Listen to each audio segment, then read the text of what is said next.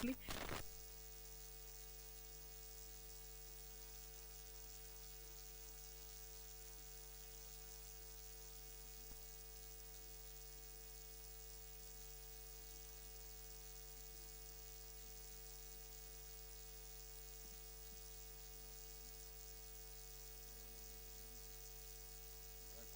Na wema wako umetoa nyadhifa za viongozi na mabunge kwa ustawi wa jamii na utawala wa haki ya wanadamu.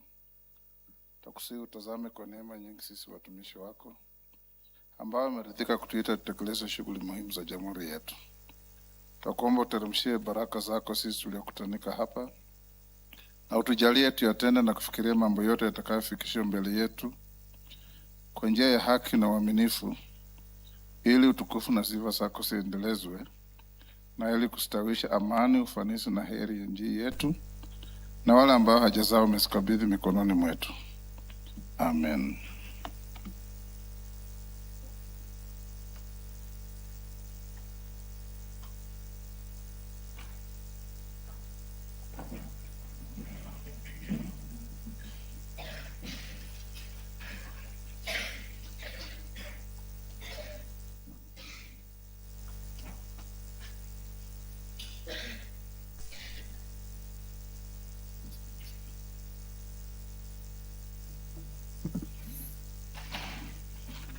Sergeant, ring the quorum bell.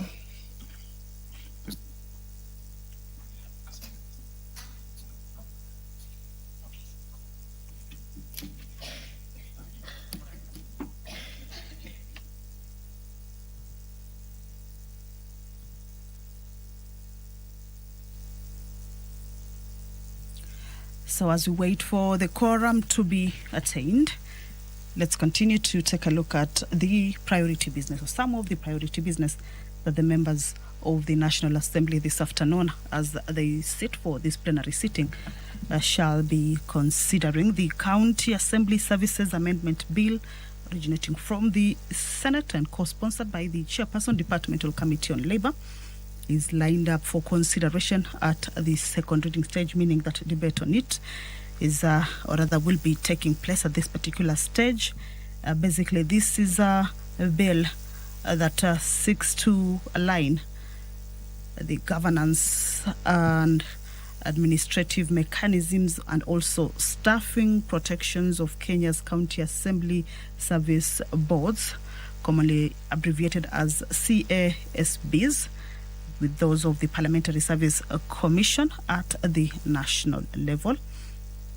And it also seeks to fix key gaps in the Principal County Assembly Services Act number 24 of 2017, particularly around statutory procedures for suspensions, board member removals, as well as secondment rights. Some of the key provisions of this particular bill, including the statutory removal procedure for the County Assembly Service Boards,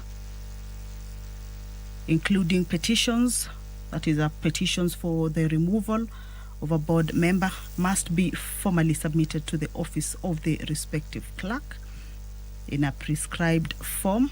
Also, the referral has to be done within 7 days of receiving a petition, that the Speaker must present it to the Assembly, which then commits it to an 11-member select committee tasked with investigating the matter within 10 days. This also offers a fair hearing, that the affected member maintains the right to appear before the select committee and be represented by an advocate. If allegations are unsubstantiated, proceedings are immediately terminated. Yet another key provision of the bill is the standardized procedure for suspending a clerk. That due process includes that before suspending a clerk under Section 22, the board must issue written grounds for the suspension, give the clerk 7 days to respond in writing, and afford them an opportunity to appear in person to exculpate themselves. There's also time limit that the it caps any single suspension period at a maximum of 6 months. So this is a bill that the National Assembly members shall be able to consider. If there are any amendments that they might deem fit to propose, they shall also be doing that, and then also consider the bill at the committee of the whole house before it moves into the next stage.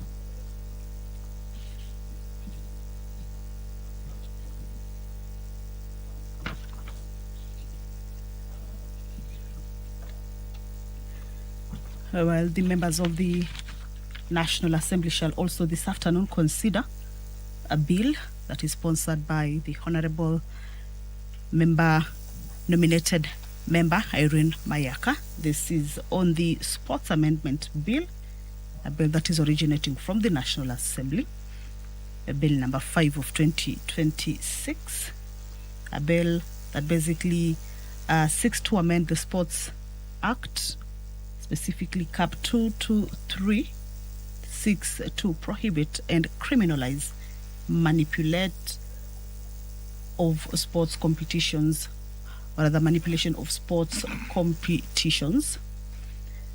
In this particular bill, there are amendments including of Section 58 of the Act to include appeals from Sports Kenya dealing with the manipulation of a sports competition in the jurisdiction of the Sports Tribunal.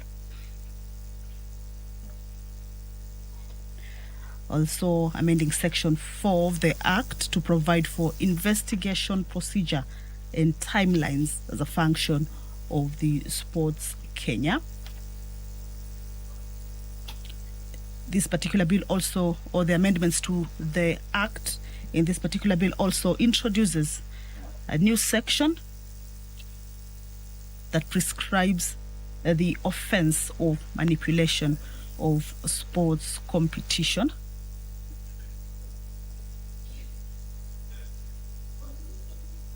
So it is a very short bill, just about 5 clauses, and therefore it's part of the priority business that has been lined up for consideration this afternoon as the House sits for the plenary sitting this afternoon, the 29th day of July, the year 2020. Chepkonga, can you be the whip?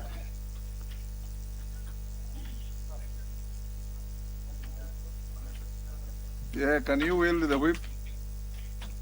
Oundo, be the whip. Yes, yes, is allowed. You don't whip the chair budget, it's already here.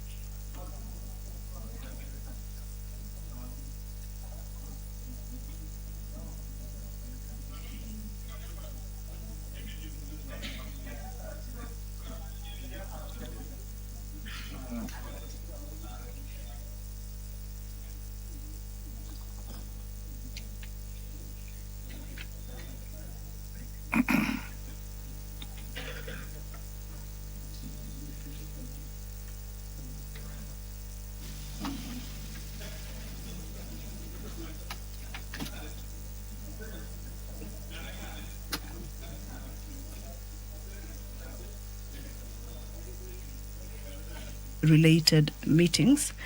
This is a motion that will be moved by the leader of the delegation that visited or attended that particular 151st Assembly of the IPU.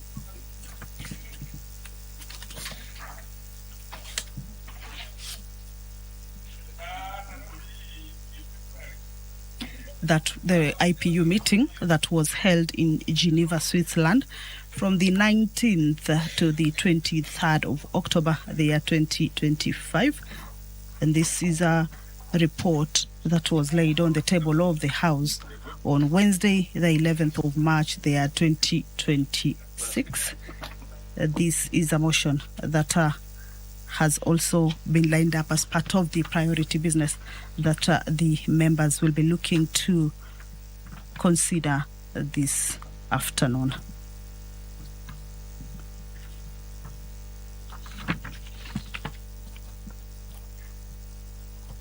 Another motion by the chairperson, Committee on Implementation, is also lined up for consideration.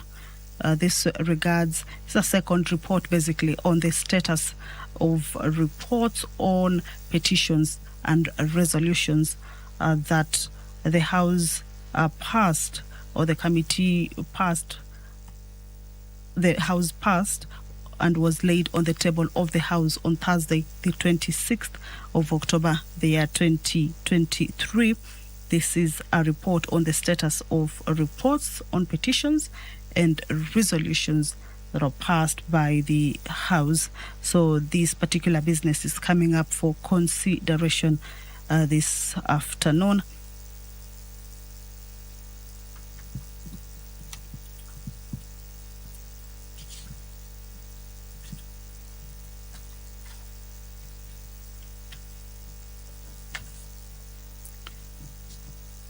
The members of the National Assembly this afternoon shall also take into consideration yet another motion. This regards the proposal to amend the Consumer Protection Act. This is a motion by the Departmental Committee on Public Petitions.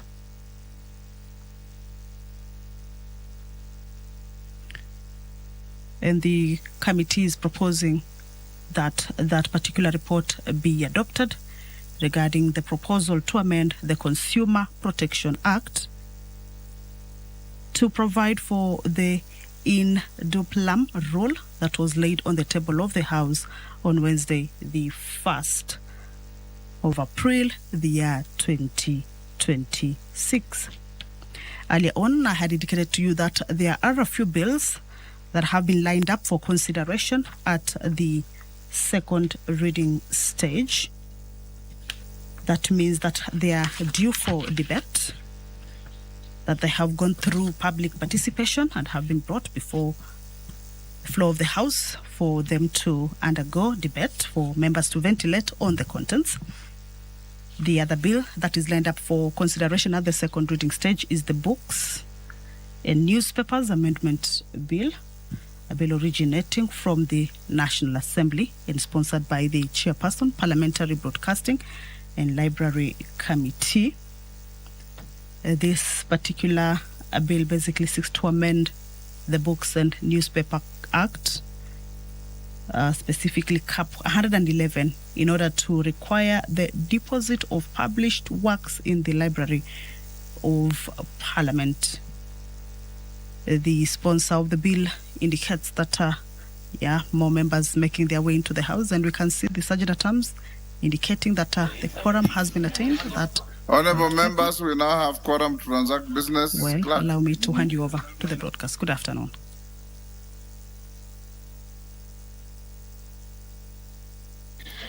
Order number 1, administration of oath. Order number 2, communication from the chair.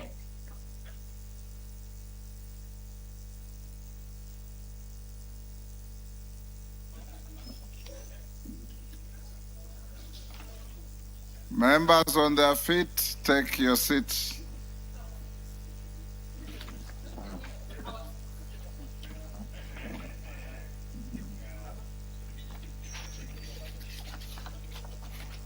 DK, take the nearest seat.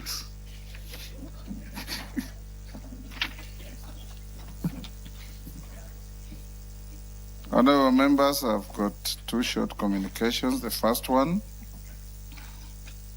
I wish to inform the House that I have received and acceded to a request from the National Government Constituencies Development Fund Board seeking to engage with honourable members on various matters relating to the fund. I therefore invite all honourable members of the National Assembly to a Speaker's Kamkunji to be held tomorrow, Thursday, 30th July, 2026 at 10 a.m. in this chamber. The NGCDF board will appraise members on the following matters relating to the fund Number 1, the status of disbursement of funds and project implementation for the financial year 2025-2026 and preceding fiscal years. B, proposed ceilings for allocations for the financial year 2026-27. And 3, project identification for the financial year 2026-2027. So you are all welcome. Be seated by 10. We'll give it 1.5 hours, by which time we should be done. The second communication, members at the bar, take the nearest seats.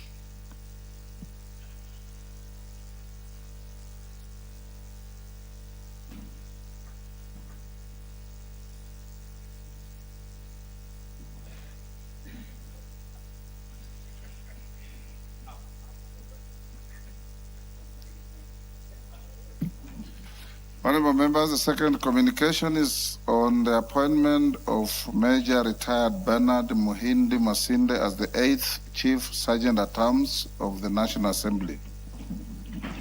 Honorable members, you may recall that on 18th November 2025, I notified the House of the retirement of Mr.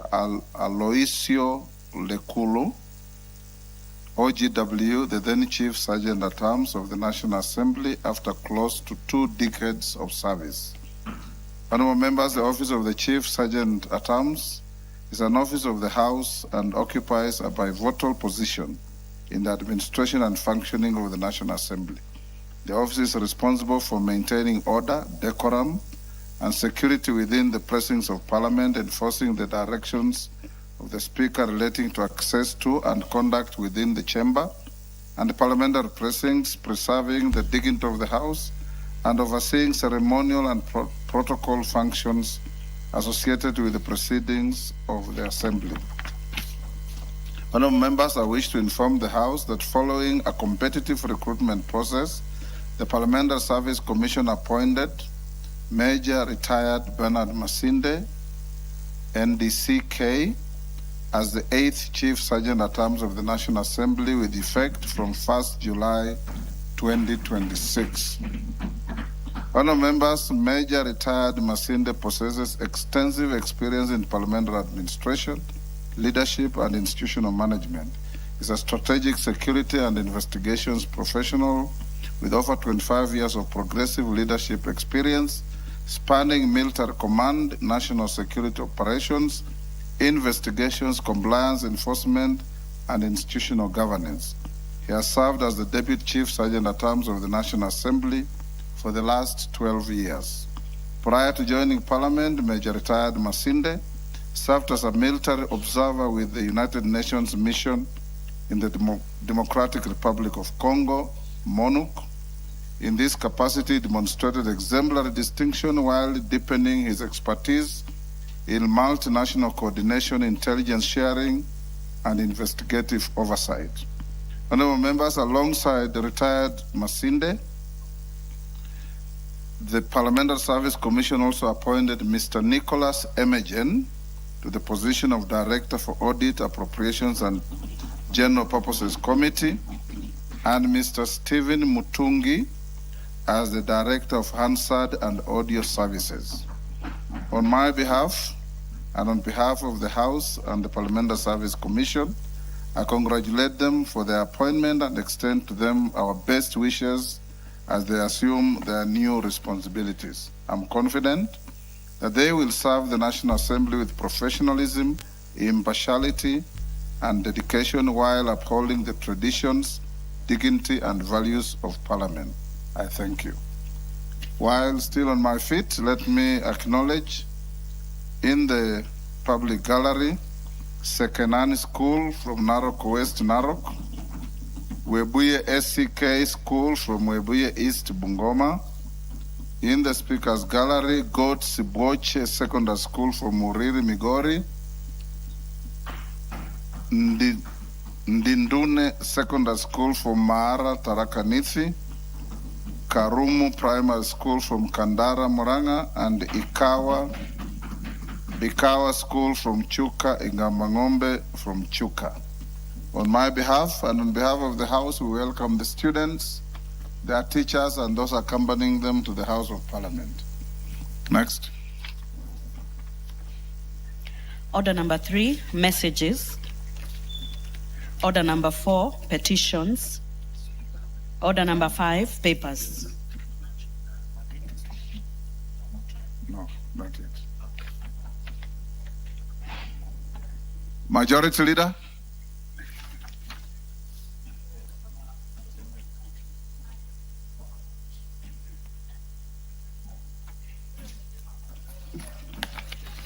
Member Faldai, you are the surrogate Majority Leader.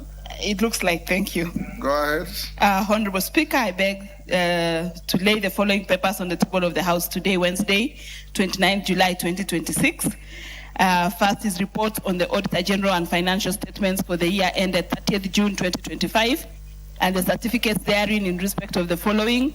1, AIC Morop Girls Secondary School, Chogoria Girls High School, Enomatasiani Girls Secondary School, Karima Girls High School, Kenyanya Secondary School, Kaborok Girls Secondary School, Koelel Forces Academy, Kirobon Girls High School, Limuru Girls School, Mahiga Girls Secondary School, Meru School, Nakuru High School, Our Lady of Mount Carmel Mary Hill Girls High School, Pangani Girls School, St. George's Girls Secondary School, St. Matthias Mulumba Matinyani Boys School, and Stella Maris Othaya Girls High School. Secondly, reports of the Auditor General and financial statements for the years ended 30th June 2024 and 30th June 2025, and the certificates therein in respect of the following. 1 is Bavuni Secondary School, Gede Secondary School, JG Kiriaini Secondary School, Kenyatta High School in Mahiga, Kiriti Girls Secondary School, Lady of Fatima Chinga Girls Secondary School, Marafa Boys Secondary School, Masosa Mixed Secondary School, Isinya Boys Secondary School, and St. John's Girls Secondary School in Kilifi County. And finally, reports of the Auditor General and financial statements for the year ended 30th June 2023, 30th June 2024, and 30th June 2025, and the certificates therein in respect of the following. 1, Kitwe Girls Secondary School, Kiari Secondary School, Kirangari Boys Secondary School, Mbakalo Friends Secondary School, Moi Girls High School Kamusinga, Molo Secondary School, Nduberi Girls Secondary School, and St. Francis Girls High School, Mangu. Thank you, Honorable Speaker.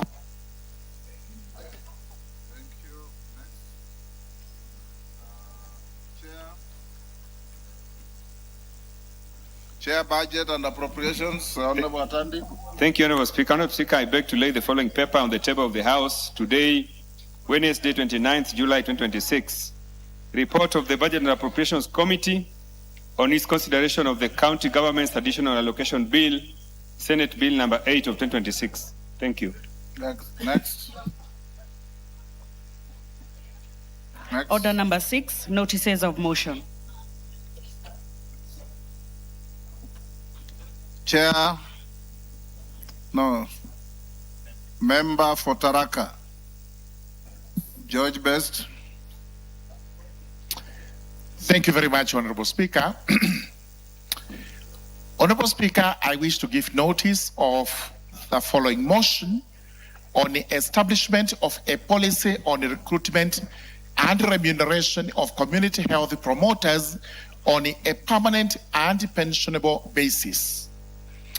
That aware that the community health promoters, who are popularly known as CHPs, play an integral role in the delivery of primary health care at the community level by providing basic health services, including health promotion and education, disease prevention and early detection, support for maternal and child health interventions, and community mobilization.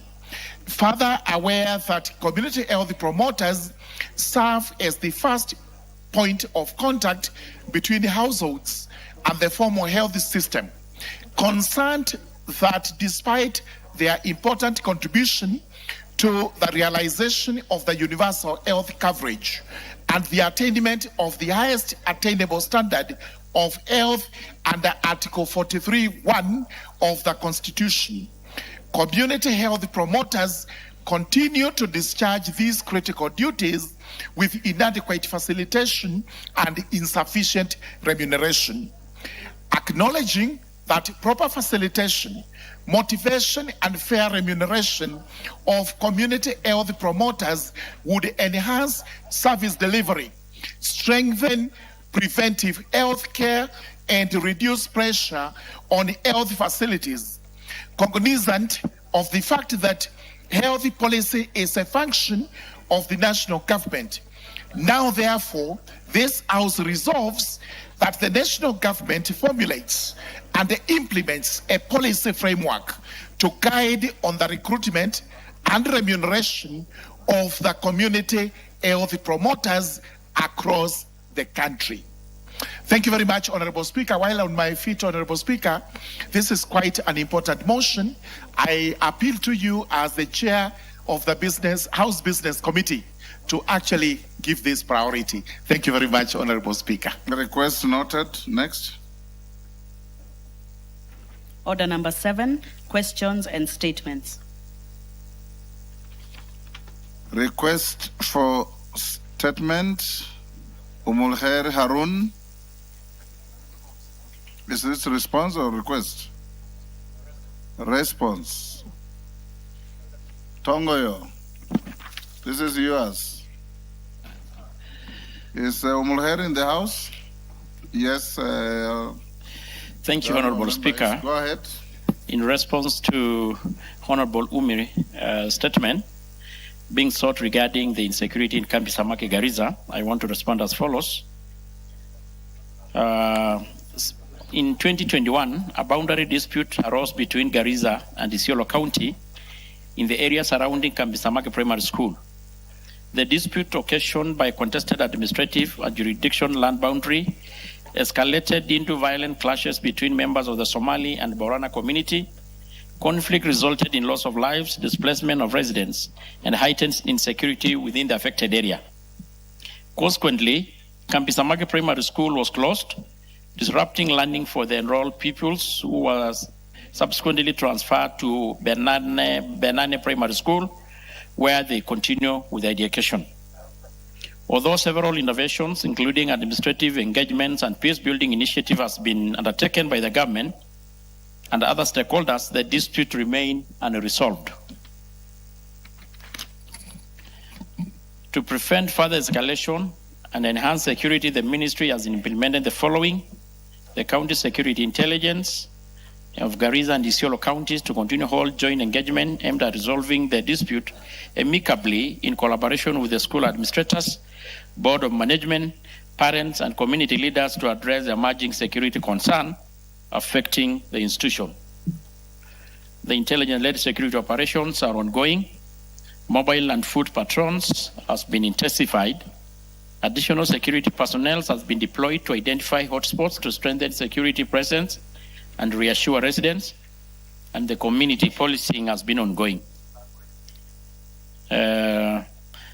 On the step taken to resolve this, Honorable Speaker, the government is pursuing both security and administrative innovation to address the underlying cause of dispute, and these include continued engagement by the County Security Intelligence Committee of Garissa and Isiolo with elders, religious leaders, peace committees, and community representatives through structured dialogue and conflict resolution forums. Collaboration with the relevant government agencies, including IBC, to address the boundary and administrative issues giving rise to the dispute.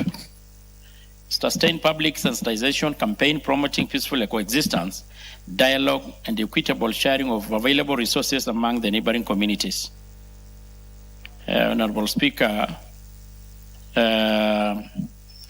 on the issue of guaranteed security to the teachers, the ministry recognizes that a secure learning environment is essential for uninterrupted education, and to this end, the following measures has been put in place: sustained multi-agency security operation, including enhanced patrol, deployment of joint security teams, and regular security assessment in vulnerable areas to protect teachers, learners, and the educational institution, strengthening collaboration between school administrators and local security agencies to facilitate timely information sharing and coordinated security responses. There is ongoing security mapping of remote and underserved areas to identify locations without adequate policing infrastructure, subject to availability of resources. Additional National Police Reservists, NPR, will be recruited, trained, and deployed to improve security coverage and response capability. In conclusion, Honorable Speaker, we remain fully committed to restoring lasting peace and security in Kambisamaki and the surrounding areas through sustained security operations, strengthening interagency collaboration, community engagement, and ongoing peace-building initiative. We are working to create a secure environment that safeguard lives, protect livelihood, and guarantee interruption access to education. Signed by the concerned Minister, Honorable Kipchumba Murkomen. I submit, Honorable Speaker. Omolher. Thank you, Speaker. I want to appreciate the chair of the committee for the response.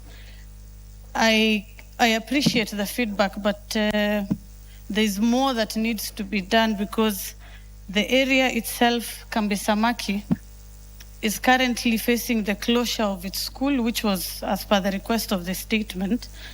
And I see there is a need for the CS for Interior and the CS for Education to have a sitting and organize a meeting both with the local leadership and the elders from both communities so that we can discuss the reopening of this school. Mr. Speaker, I visited Kambisamaki myself after I raised a statement, and I realized the matter is a bit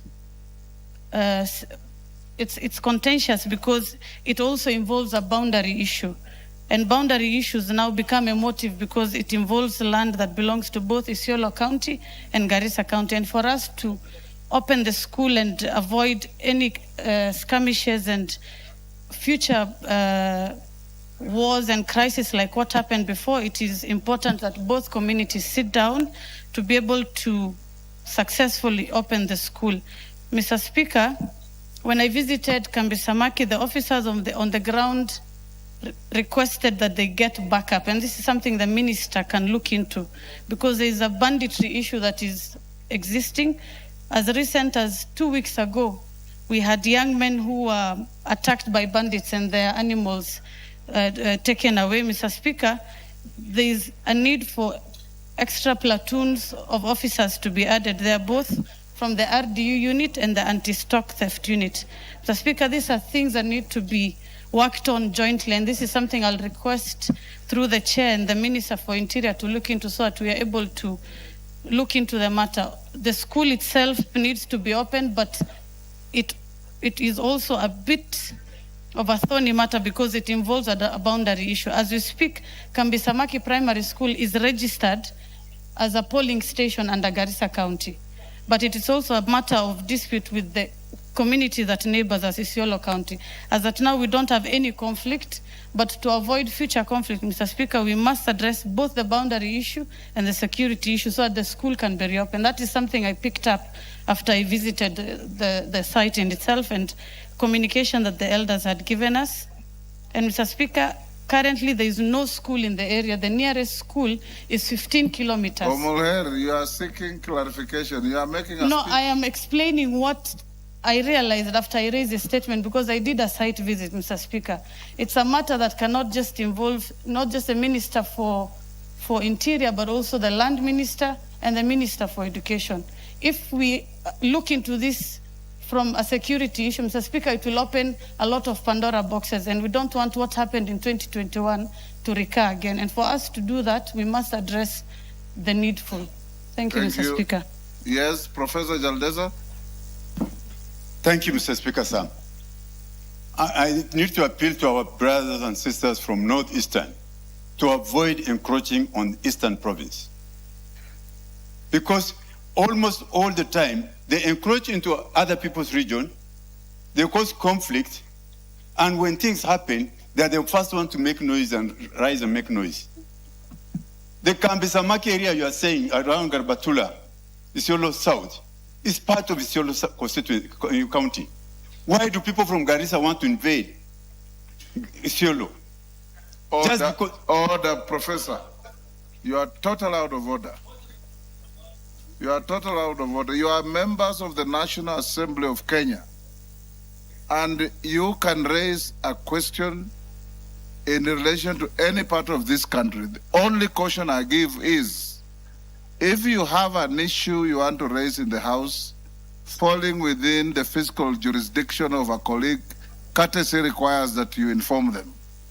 But nothing stops the nominated MP from asking anything about Kambisamaki, whether in Isiolo or not. Tongoyo? Thank you, Honorable Speaker. In our own admission of the concerned member, she had admitted that this is a situation that goes beyond the mandate of Interior to include the Ministry of Education, Ministry of Lands, and even perhaps IBC. So, I wanted to have your attention, Speaker. But this is, Honorable Speaker, I think it needed more intervention, intergovernmental or interministerial approach, because the underlying cause of this is a boundary dispute, which is largely to do with the IBC, Ministry of Lands. So, Honorable Speaker, and the part of Interior, I think on the intervention being put in place to address the security issue, not just on Kambisamaki, but largely in Garissa. We know the situation is fluid, and the rest of the northern part of the country, the ministry is doing anything possible. But, Honorable Speaker, because I think you submitted the interruption, this is something that needs more beyond the scope of Ministry of Interior. It's a cutting cross issue. We need the Ministry of Education, IBC, Lands. So maybe you need your indulgence, Honorable Speaker, on the best approach to this.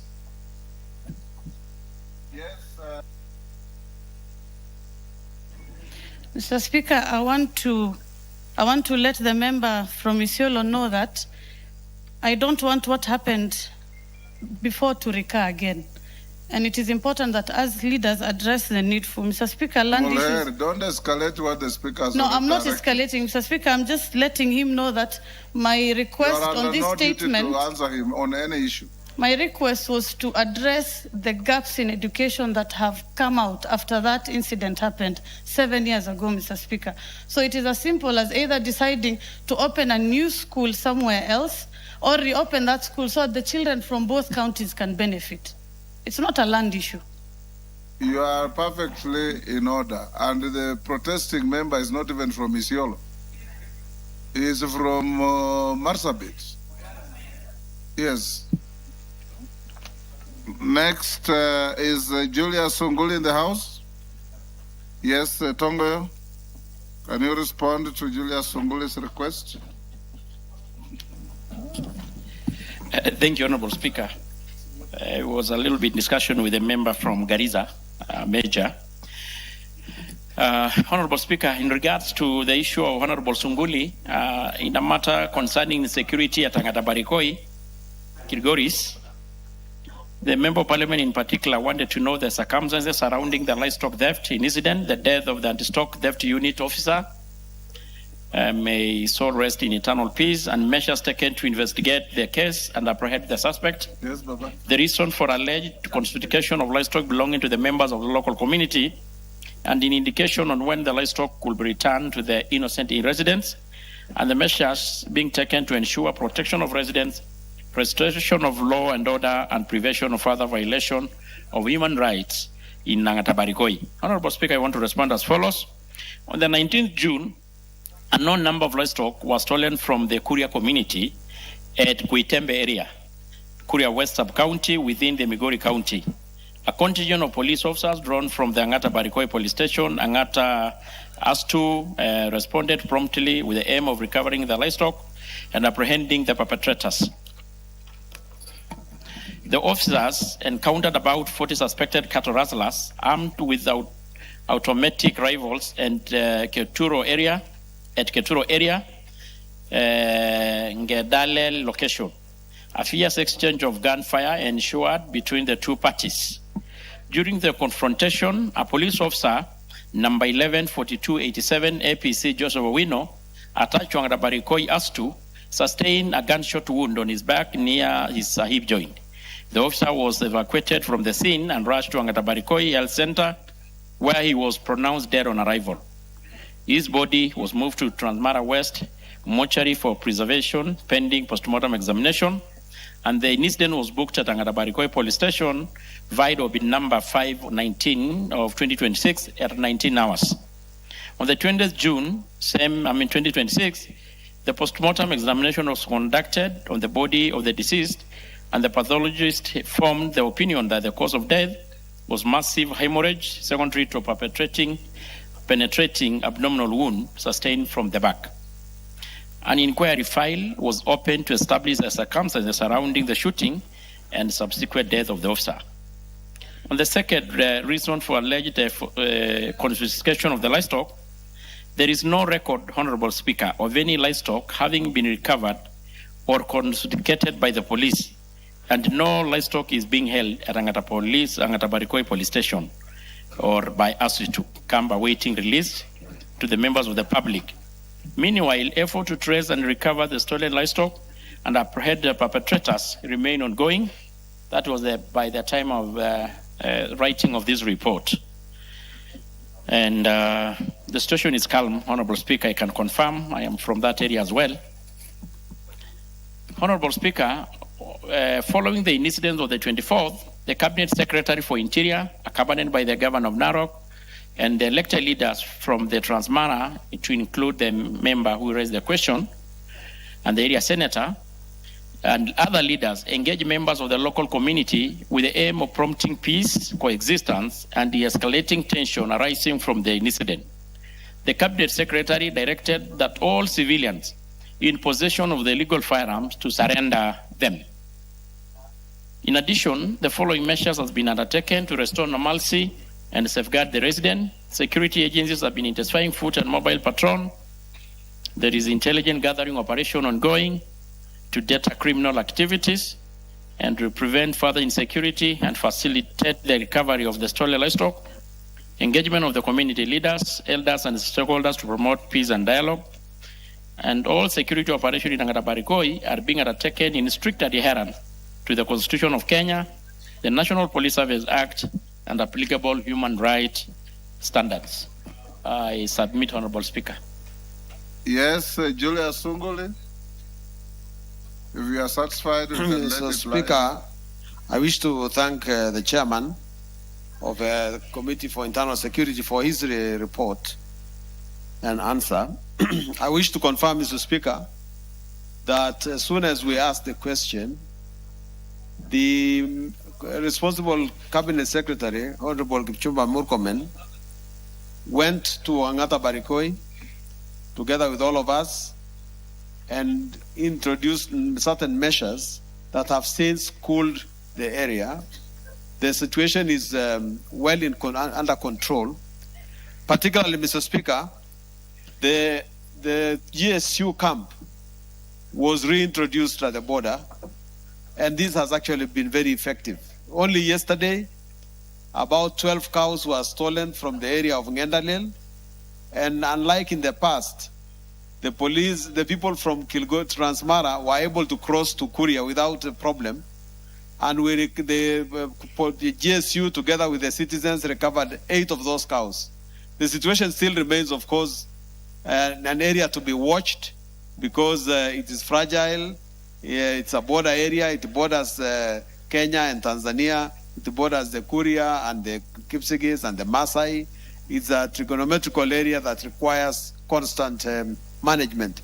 But I'm grateful that the minister has been able to do that, and I think that the chairman has given a satisfactory answer.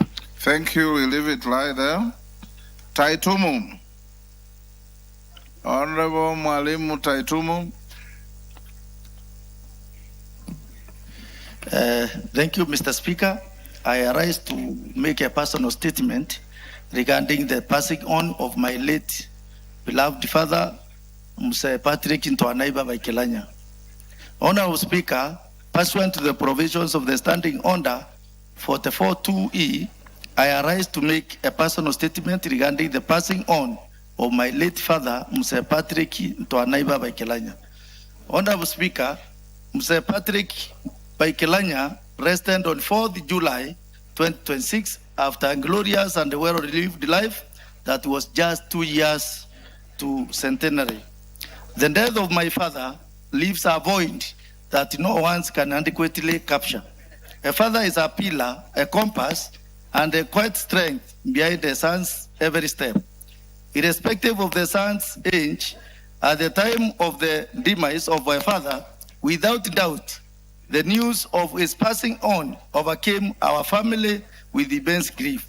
To us, it was an end of an era, yet the messages of condolences that poured from every corner of this country, led by His Excellency the President, Dr. William Ruto, CGH, the Deputy President, His Excellency Professor Kithure Kindiki, NGH, the Speaker of this Honorable House, Right Honorable Dr. Moses Masika Wetangula, NGH MP, and various members of this Honorable House gave us the strength to accept the God's will and accord Muse a befitting send-off in honor of his life and legacy. Honorable Speaker, I wish to record my deepest gratitude to His Excellency the President, Dr. William Ruto, for his message of comfort, the support extended to my family during this period of mourning. I am profoundly honored by the President's humility to have created time out of his busy schedule of the national duty to grace the funeral of my late father in Igembe North on the 11th July 2026. This gesture reaffirmed the President's firm belief in the values of compassion and solidarity that defines his leadership.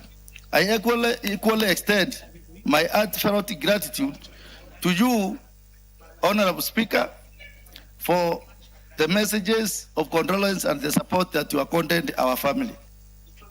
The House leadership and my colleagues, members in this House, for personally reaching out and condoling with us, both here in Nairobi and at our rural home in Igembe North.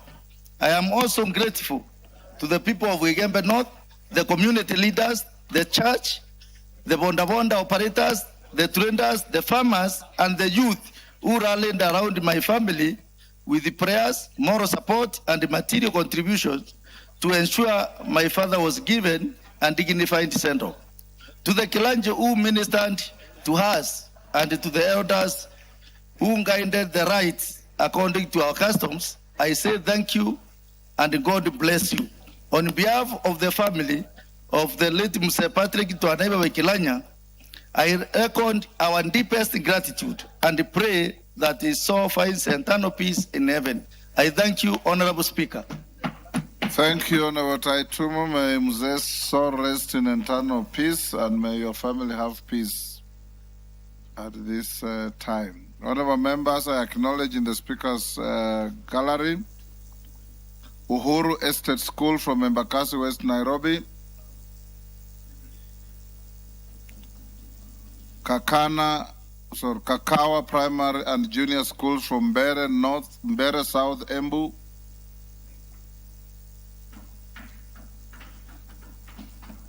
Dev Amazing Schools, Naivasha, Nakuru, Gishami Junior Primary School from Othaya, Nyeri. In the public gallery, New Genesis School from Marakwet West, Elgeyo Marakwet. Mekorani Primary School from Mahara, Tharaka Nithi. Bright Star Chebulbai from Marakwet West, Elgeyo Marakwet. On my behalf and on behalf of the House, we welcome the students, their teachers, and those accompanying them to the House of Parliament. Major Deko, member for Garissa Town. Thank you, Honorable Speaker. Honorable Speaker, I rise to remind you or to remind the House that about 2 months ago I requested for a statement, and which was brought to the answer was brought to the House regarding a police officer, Adan Haret Loss, who went missing for the last 3 years or so. Chairman Tongoyo, Tongoyo, that reminder is directed at you. Yes, and you promised that the chair of the Committee of Internal Security was to avail the Cabinet Secretary to a committee meeting so that we raise the issue. It's important to note, Honorable Speaker, that the answer that was provided here was not read on the floor of the House after consultation with the chair and myself and yourself, that it was not adequate. So the minister was supposed to appear in a committee meeting so that we address those issues. Up to now, we have no response from the chair. Tongoyo, when is the minister appearing before your committee? Honorable Speaker, if you may recall, when we were just about to break for recess, I did report to this House that the minister could not appear because he was attending a cabinet meeting. And to that effect, we have written again today a letter to ask him to appear next week but one. Okay. So. And Honorable Speaker, it's not just his question or a statement rather. There were quite a number, more about 13 or so. So I call upon the colleague to be a bit patient, because we are trying to do anything possible to ensure that the minister will appear and we transact all these before the plenary of committee. When is your next appearance? It's a Thursday, next week. Thursday after next week? Exactly. We are trying to avoid Tuesday so that it does not get excuses or other is probably of cabinets. So, Deco? We have got equally a big pressure. And make sure you inform the honorable member accordingly. Yes. Next order. Yes, hold on. Honorable Emade. Yes, Honorable Emade. Give him the mic.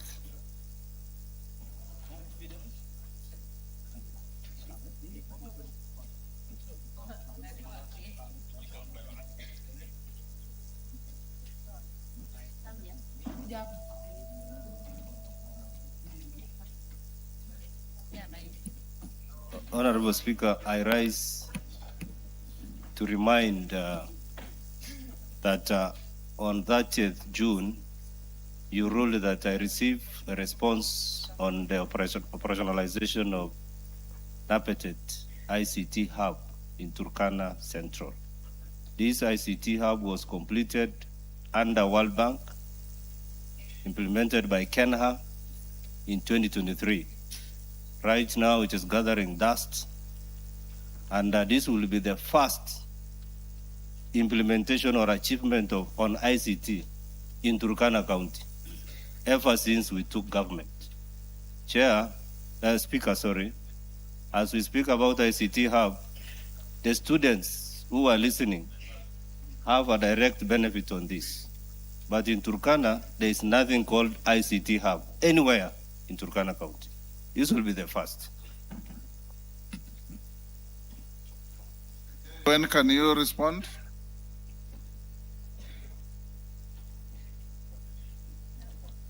Give to KJ the mic.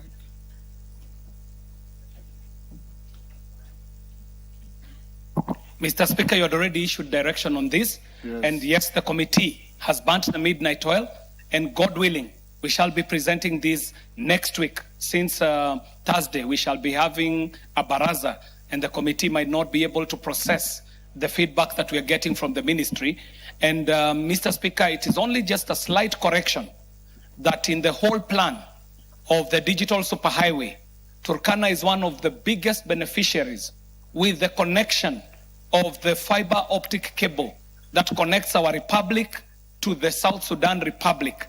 And even more advancement has been made in such a way that we have taken cognizance of the border issues at the Elmi Triangle, which has allowed for us to have two cables, a Kenyan cable going up to where Kenya believes our border gets to, and also another cable, the one coming from South Sudan, proceeding to where Sudan would want to contest the borders to. So, Honorable Speaker, it is a great question that the Honorable Member brought to the House, and it impacts on very many other members. And so we shall be presenting a very comprehensive response, God willing, this coming week. Thank you very much, Mr. Speaker. Yes, thank you, KJ. Next order. Order number 8, motion, consideration of a petition on the management of hemophilia and other bleeding disorders. Okay. Question to be put. Members on their feet, take your seats. CPA, take your seats.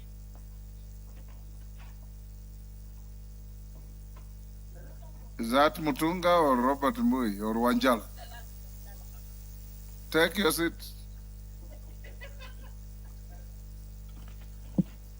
Thank you. Honorable members, I'll now put the question at order number 8, which is that this House adopts the report of the Departmental Committee on Health on its consideration of the public petition number 01 of 2026 regarding management of hemophilia and other bleeding disorders among patients and children in the country, laid on the table of the House on Tuesday, 23rd June 2026. As members of that opinion say aye. Will those of the contrary opinion say nay? The ayes have it. Order number 9, the County Assembly Services Amendment Bill, Senate Bill number 34 of 2023, second reading. Chairperson, Departmental Committee on Labor. Is that Karemba? No. Who is the chair?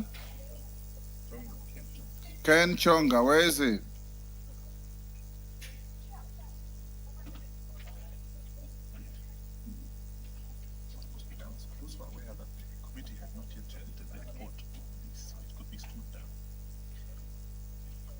Okay, I will stand it down for now. Go to order number 10. Order number 10, motion, report of the Kenya delegation to the 151st Assembly of the Interparliamentary Union, IPU, and related meetings. Who was the chair of the delegation to IPU in this regard?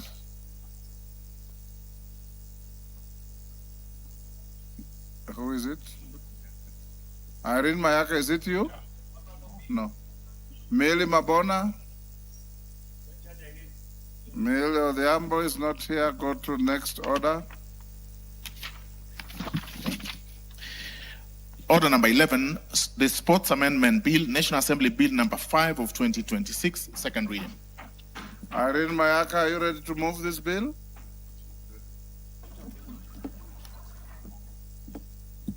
Thank you, Honorable Speaker. Honorable Speaker, I beg to move that the Sports Amendment Bill number 5 of 2026 be read a second time. Honorable Speaker, this particular bill, the main objective of the bill is actually to criminalize sports and match manipulation and match fixing in the country of Kenya. And what we've done, Honorable Speaker, is within the Sports Amendment Bill, it is that we have amended a couple of clauses so that it is in line with actually what we intend to do. Honorable Speaker, just to mention the specific sections that have been amended, we are amending Section 2 so that we introduce the definition of sports management, manipulation. Section 3 of the bill, which also just gives the specifics in terms of what it is that we are introducing and amending, and the manipulation of sports. Section 5, which also introduces the specifics in terms of the fines that will be charged. Honorable Speaker, just to give a background of this particular bill, is the legislative intent of this. Because, Honorable Speaker, we have had scenarios of match fixing, criminal offenses within the sports fraternity, but we do not have any specific laws that actually criminalize these particular vices. So for that reason, Honorable Speaker, and having looked at the various laws we have from other countries, and also the different regulations from the different federations that we have across the whole world, I thought it fit that we also have this in Kenya. Because, Honorable Speaker, sports integrity is very important for our country. It's very important because we are seeking to nurture sports and talent in this country of ours, but also we want to make sure that the young people, the talented people in the country, are not being injured by people who are only there to manipulate the system so that it actually favors them. Honorable Speaker, we have had very many feedback from the public in terms of public participation. what they think about this particular bill. And I know the sports committee will be represented so that they can give us the feedback that we've received. But Honorable Speaker, just to thank the public for the overwhelming support for this particular piece of legislation. The background of this, Honorable Speaker, is foundation of sports. Sports is based on fairness, transparency, and public confidence. Integrity is currently at risk. And increasing reports globally and locally indicate growing attempts to improperly influence sporting outcome. Market pressure as well has also brought a lot of risk into the game. National interests, Honorable Speaker, this is also to protect the integrity of athletics, clubs, funds, and sponsors as well. Honorable Speaker, the legal context and the existing gaps. Regulatory deficit, if you look at the current Sports Act Cap 223, it does not contain any explicit provisions to criminalize sports manipulation. Enforcement barriers, current mechanisms rely on association-level disciplinary action, which lack the weight of criminal law. And Honorable Speaker, on this particular one, we are finding that most of the federations in this country, whether it is the Football Federation, the Basketball Federation, Netball Federation, Volleyball Federation, or the athletics part of it, when they are faced with such issues, they only do investigations within the federation, which is really not giving any particular third-party aspect or making sure that there's actual fairness where there's a criminal case. Structural weakness, the internal sporting bodies are often unequipped to handle organized criminal syndicates. And Honorable Speaker, this is where the criminal aspect comes into play so that the specific criminal investigation bodies in the country can then be charged with ensuring that they do proper investigations into this. The solution, Honorable Speaker, is amendment bridges that bridges the gap by providing criminal sanctions and stronger investigative powers. Honorable Speaker, I had the option of looking at the different laws that we have in the country. The Sports Act, the Penal Code, the Criminal Act, all these particular laws. But it was actually easier for us to amend the Sports Act Cap 2023 so that we ensure that the definition of manipulation is put in place, the criminal aspect is put in place, and the offenses are also put in place in one particular law.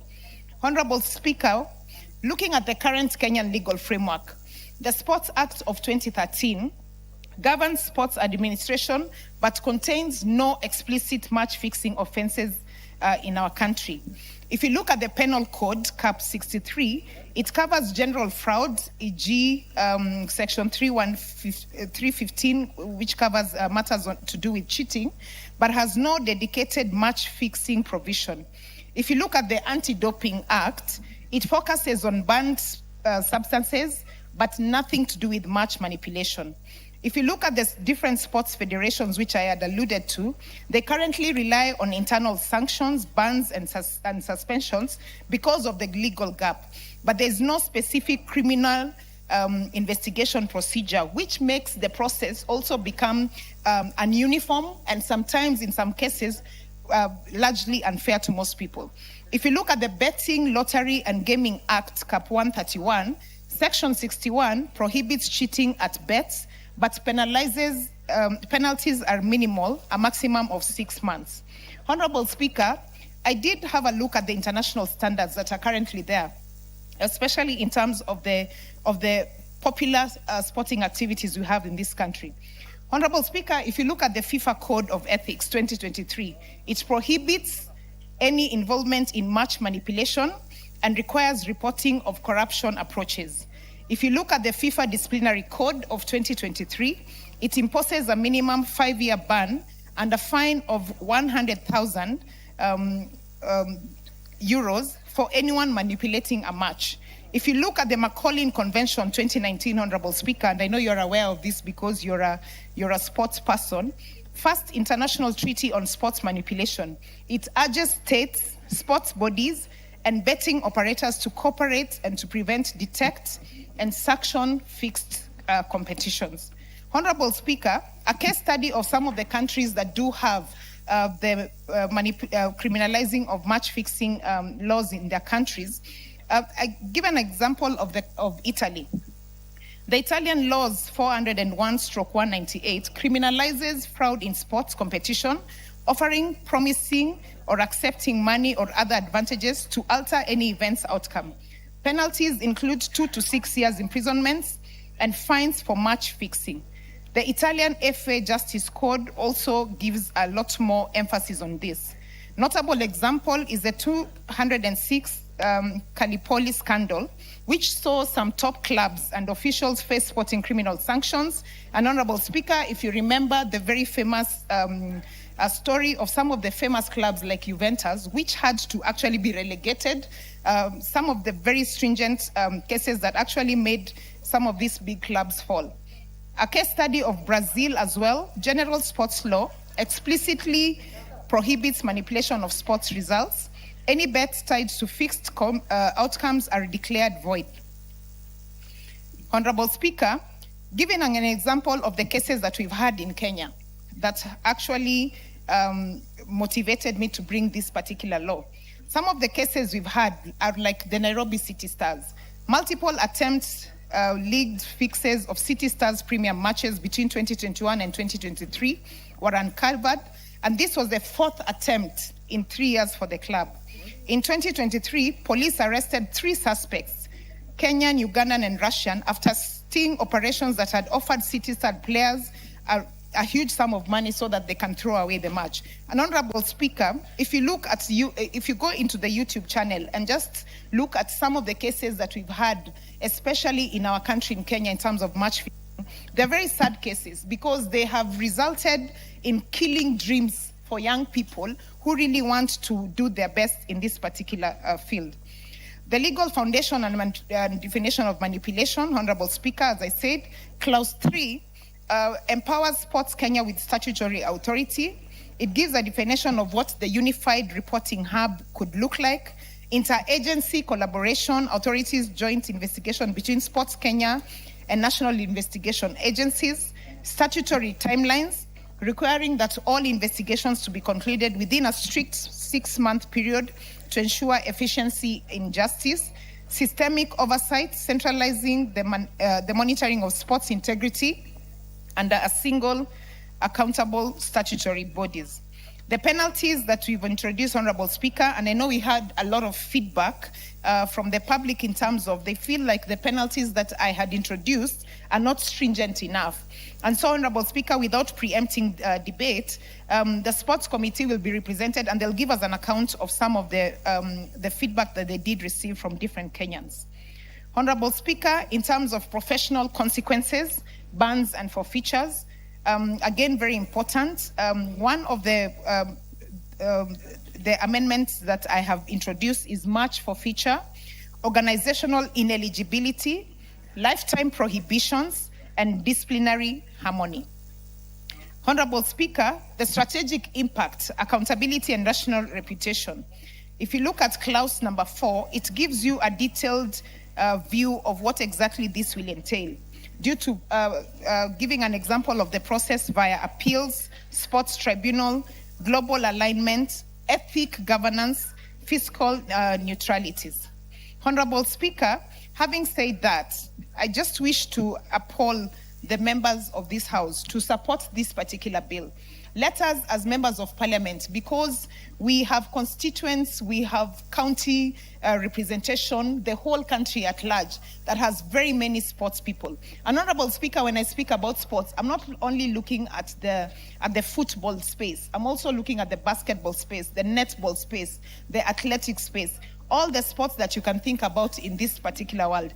Let us, as members of National Assembly, take the frontline stage in ensuring that we are protecting the sports integrity in this country, because this will really help to ensure that we are clearing the path and making sure that sports integrity in our country is at the center front, and that anyone who seeks to come and try to prevent the young people of our country from having a fair chance at improving their talents and nurturing and growing their talents are able to do that without the fear that someone who has deep pockets can actually come in and manipulate their opportunities. Honorable Speaker, with those remarks, I wish to move the bill and ask my colleague, Honorable Charles Guna to second. I thank you.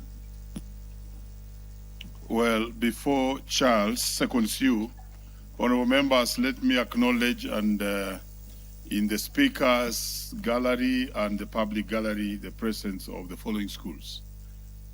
Kamasai School of Marakwet West Constituency, Elgeyo Marakwet County. We also have Lelit Primary Junior School of Moiben Constituency, Uasin-Gishu County. We equally have Meteitei. This should interest the Chair of Education.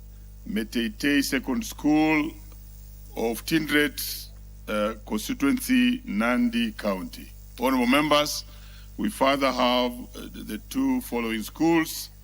We have Guakarim Second School from Beere South Constituency, Empu County. And finally, we have Moi Awalo Senior School from Kurusoi South, Nakuru. On behalf of the members of this House and the House at large, I want to welcome those schools to this honorable House. You may proceed to second. Thank you, Mr. Speaker. Before I begin this journey of second in this motion, let me take this opportunity to welcome these students. Thank you. Proceed. In National Assembly, especially the students from Beere who are my neighbors. As you know, I come from Mwingi West, and Beere is just bordering Mwingi West constituency.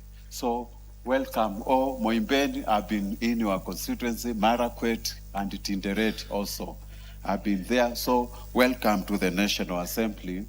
This is where we legislate and also allocate resources countrywide, Mr. Speaker. Mr. Speaker, let me begin by congratulating and appreciating Honorable Irene Mayak for coming up with such a legislative proposal, Mr. Speaker, to bring the integrity and also transparency in sports fraternity, Mr. Speaker. From the onset, it is worthy to note that Irene Mayak has set records, and congratulations, the Honorable Lady. If at all Nyamira people are listening, they should give you an opportunity to serve as their women rep in this august house. And I am wishing you the success in your journey. Let me also take this opportunity to inform ODM, you have one of the best legislators in this country in Irene Mayak, Mr. Speaker. Mr. Speaker, it is worthy to note that we have walked a long journey when we came up with this motion, and it is also worthy to note that Irene Mayak and myself, Irene is a Manchester United fan and I'm an Arsenal fan, and we are passionate. We have fought since our childhood. When we used to be in university, when we used to be in school, you could see the passion in football, and that is why Irene Mayak is coming up with this proposal to clean up the sports industry, Mr. Speaker. Mr. Speaker, the bill is essentially actually seeking to amend Sports Act, Cap 223, by doing 4 specific things. Number 1, it is going to introduce by criminalizing offense for the manipulation of sports competition. Number 2, it is going to grant Sports Kenya the express mandate to receive reports and conduct investigation when it comes to issues of sports manipulation. And the other one, which is very important, it is going to establish strict 6-month timeline for the conclusion of investigation. As you are aware, most of the issues which have been taken to court, Mr. Speaker, they might end up taking over years. But this one, it is strictly specifying the number of the timeline you can actually do an investigation and do everything, Mr. Speaker. The 4th issue, it is going to provide for severe penalties, including the imprisonments, fines, and forfeiture of the gains, Mr. Speaker. Mr. Speaker, athletes and clubs, even fans and sponsors, always advocate for fairness and transparency as far as competitions are concerned. And this bill, Mr. Speaker, we noted that there is existing gaps in the current legislation. When it came to the issues of regulatory deficit, the existing gap, this gap does not contain explicit provision to criminalize sports manipulation. That is why we want this bill to pass. Then, of course, the current mechanism relies on association level and disciplinary actions, which lacks the weight of criminal law, Mr. Speaker. And if you look at the current situation, of course, Sports Act 2013 governs sports administration, but does not explicitly explain the issues of match fixing offenses in our nation. Mr. Speaker, the penal code, which is Cap 63, covers general fraud like cheating, which is but has no dedicated match fixing provision, and that is why we want some of these issues to be addressed in this bill. Mr. Speaker, we have been dealing with the issues of anti-doping, and it covers only banned. We have seen so many athletes being banned, but it does not actually explicitly explain issues of match manipulation, and that is why we want to come up with this. Mr. Speaker, the sports federations, which actually in Kenya we have around 40 now, currently rely on internal sanctions, but it lacks the legislative gaps there. And that is why we are seeking to align this legislative proposal with international standards. If you look at the FIFA regulations, the FIFA Code of Ethics, it prohibits any involvement in match manipulation and requires reporting of corrupt approaches. But here in Kenya, do we have it? That is why we want to align the proposed amendments to this Cap 223 to align with the FIFA Codes of Conduct. Mr. Speaker, while Irene Mayak did so much research, she researched in Italy. She has also done in Brazil, which is the record time orders, 5 times World Cups. And congratulations to Spain for winning the recent World Cup. It actually, in Brazil, any involvement with match manipulation amounts to 2 or 6 years in prison. But here in Kenya, we don't have.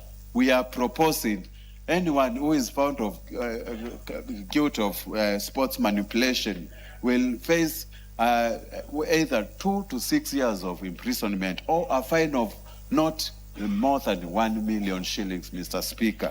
Some of these issues we have proposed here and legislative proposals align to other international standards. And Mr. Speaker, with those few remarks, I fully support this motion and urge members of this August House to please support it so that we can bring integrity in our sports fraternity. Thank you, Mr. Speaker. Very well seconded. Honorable members, I now do propose the question, which is that the Sports Amendment Bill, National Assembly Bill number 5 of 2026, be now read a second time. Yes, Leader. Mr. Speaker, thank you very much. And I want to first congratulate the Honorable Irene Mayaka as I take on to support her bill, the Sports Amendment Bill 2026. Honorable Speaker, this is a very fundamental piece of legislation in the sports fraternity.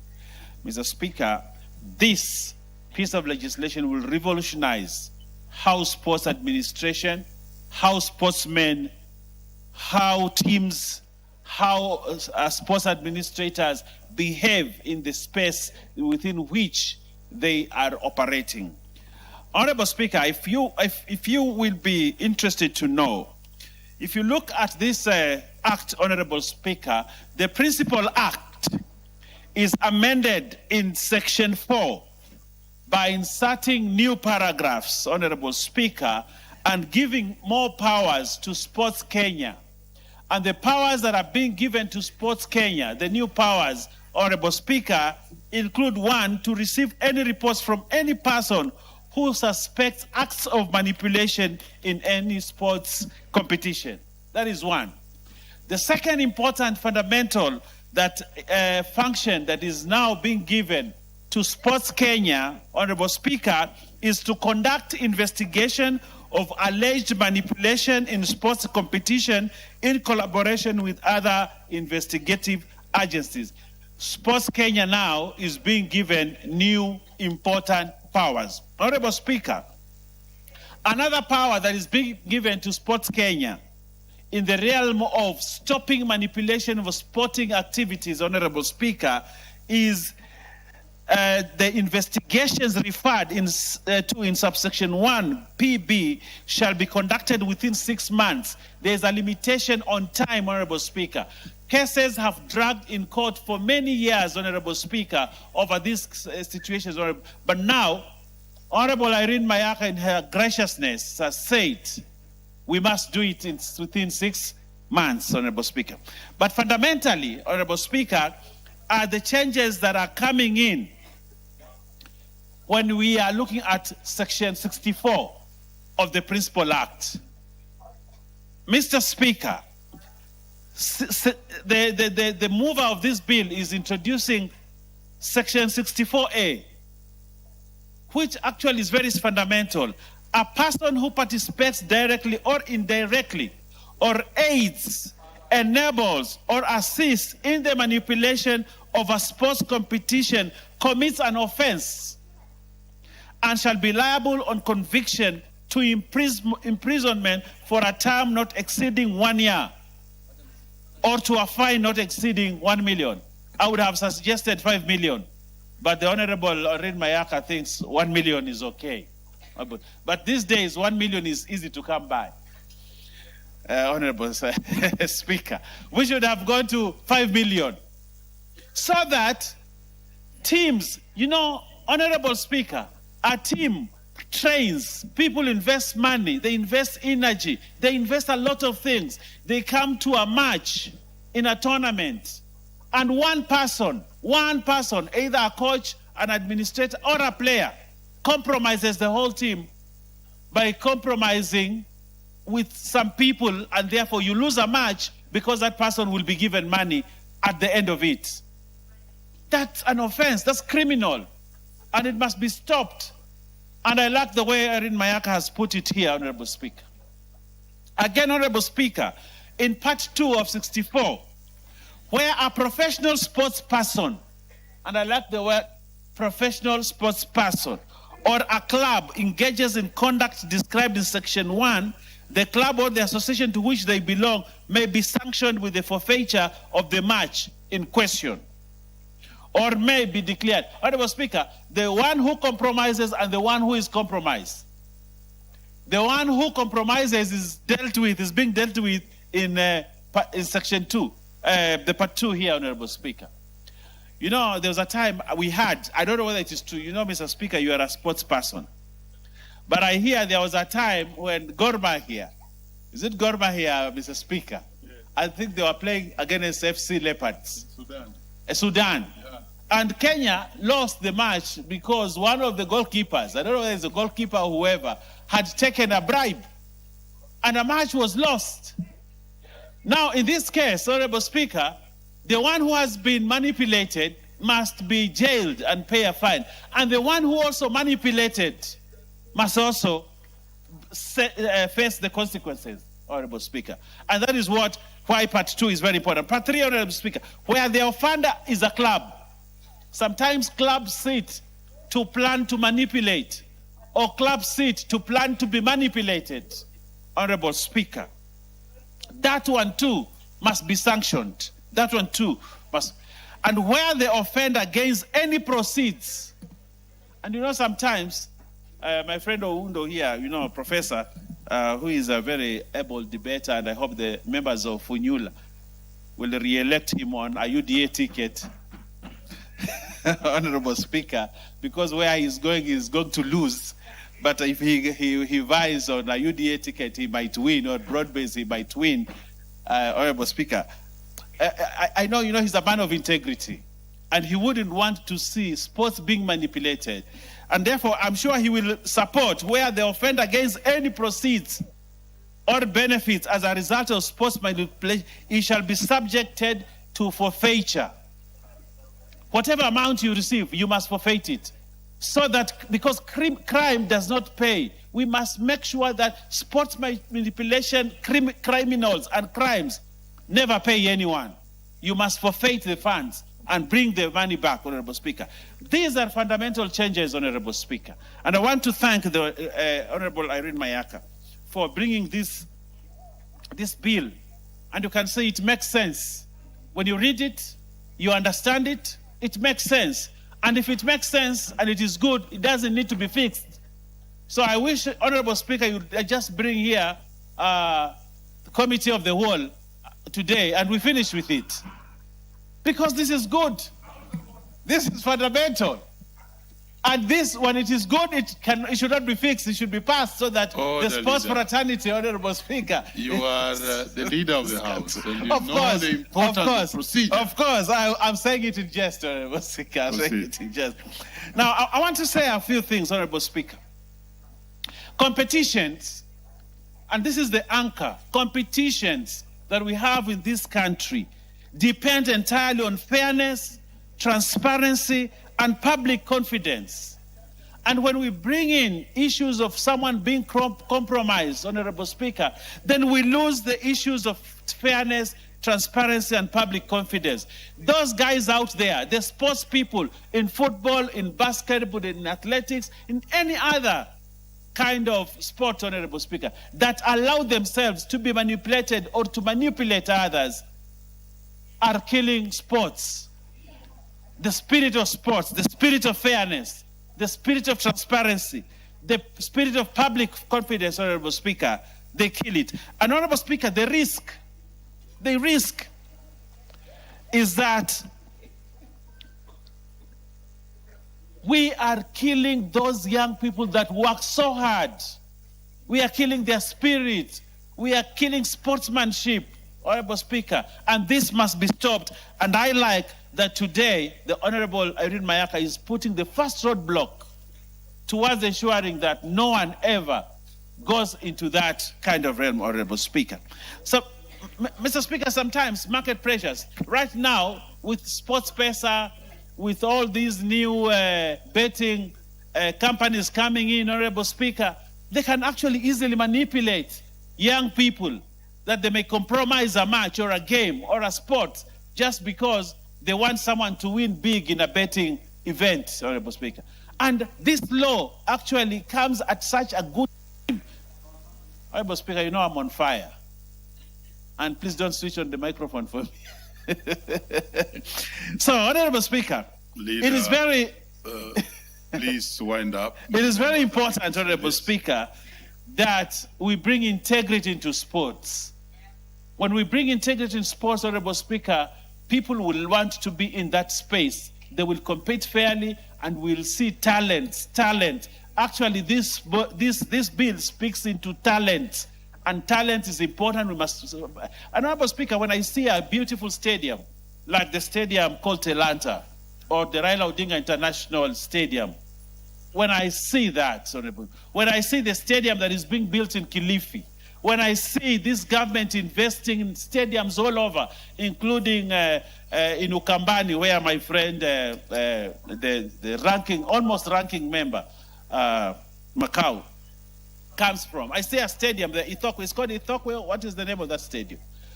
When I see stadiums being built, I see this country is investing in sports. It is investing in talent. It is investing in young people. And because of that, we have to protect sportsmen, young sportsmen and young sports ladies, Honorable Speaker, out there to make sure that we bring integrity into sports and we allow people to thrive in sports. With those many remarks, Honorable Speaker, I support this bill and I want to thank and congratulate. She's a first-time member of Parliament, but you have done well. Irene Mayaka, you've done extremely well I have seen several bills that have come from you, and I think you are a blessing.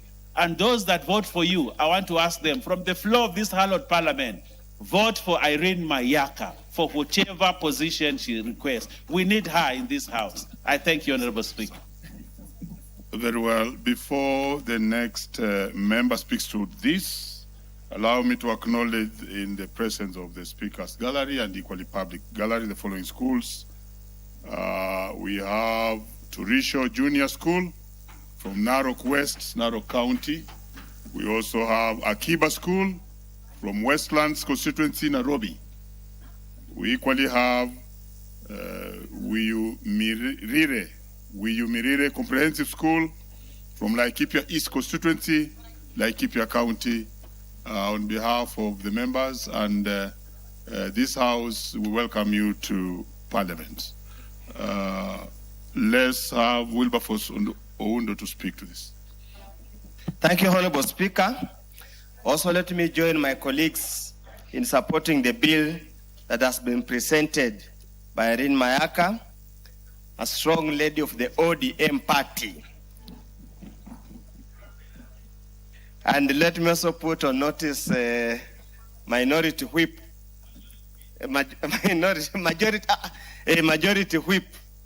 that I know he has coveted me for so many years, but you tawe. Tawe kabisa.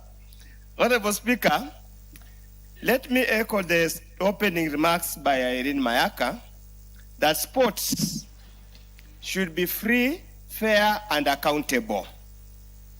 That a team or a sportsman should win in a fair, transparent manner without any form of manipulation or undue advantage. That is the beauty of the sport. Sport, Honorable Speaker, is a talent, and at any given time, anybody should be allowed to express their talent without being conditioned, without being, manipulated. Honorable Speaker, I have been an ardent football fan. I have played football for many, many years at a very low level for obvious reason. And at any given time, losing a match where you felt you had lost unfairly was very devastating, and it can hurt emotions. And it can hurt spirits, and it can hurt very many things. And in very many cases, Honorable Speaker, where I come from, a match between two rival teams never ends in peace, because no team ever accepts it has lost a match. There must always be a fight. For many years, there was always a memorable fight between Lakeview and Busijo United. There was no way the match was going to end unless it has ended in a draw.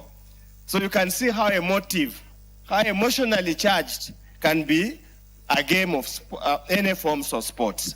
Honorable Speaker, that's why I allowed the efforts by Honorable Irene Mayaka to bring into this parliament an attempt to criminalize match fixing, manipulation, to make it a criminal offense or a penal offense. But Honorable Speaker, I would also want to get wisdom from her that I know in many jurisdictions, these matters are dealt at the federation level or the sports association level, and they have done it so effectively, probably without having a specific act of parliament to do so.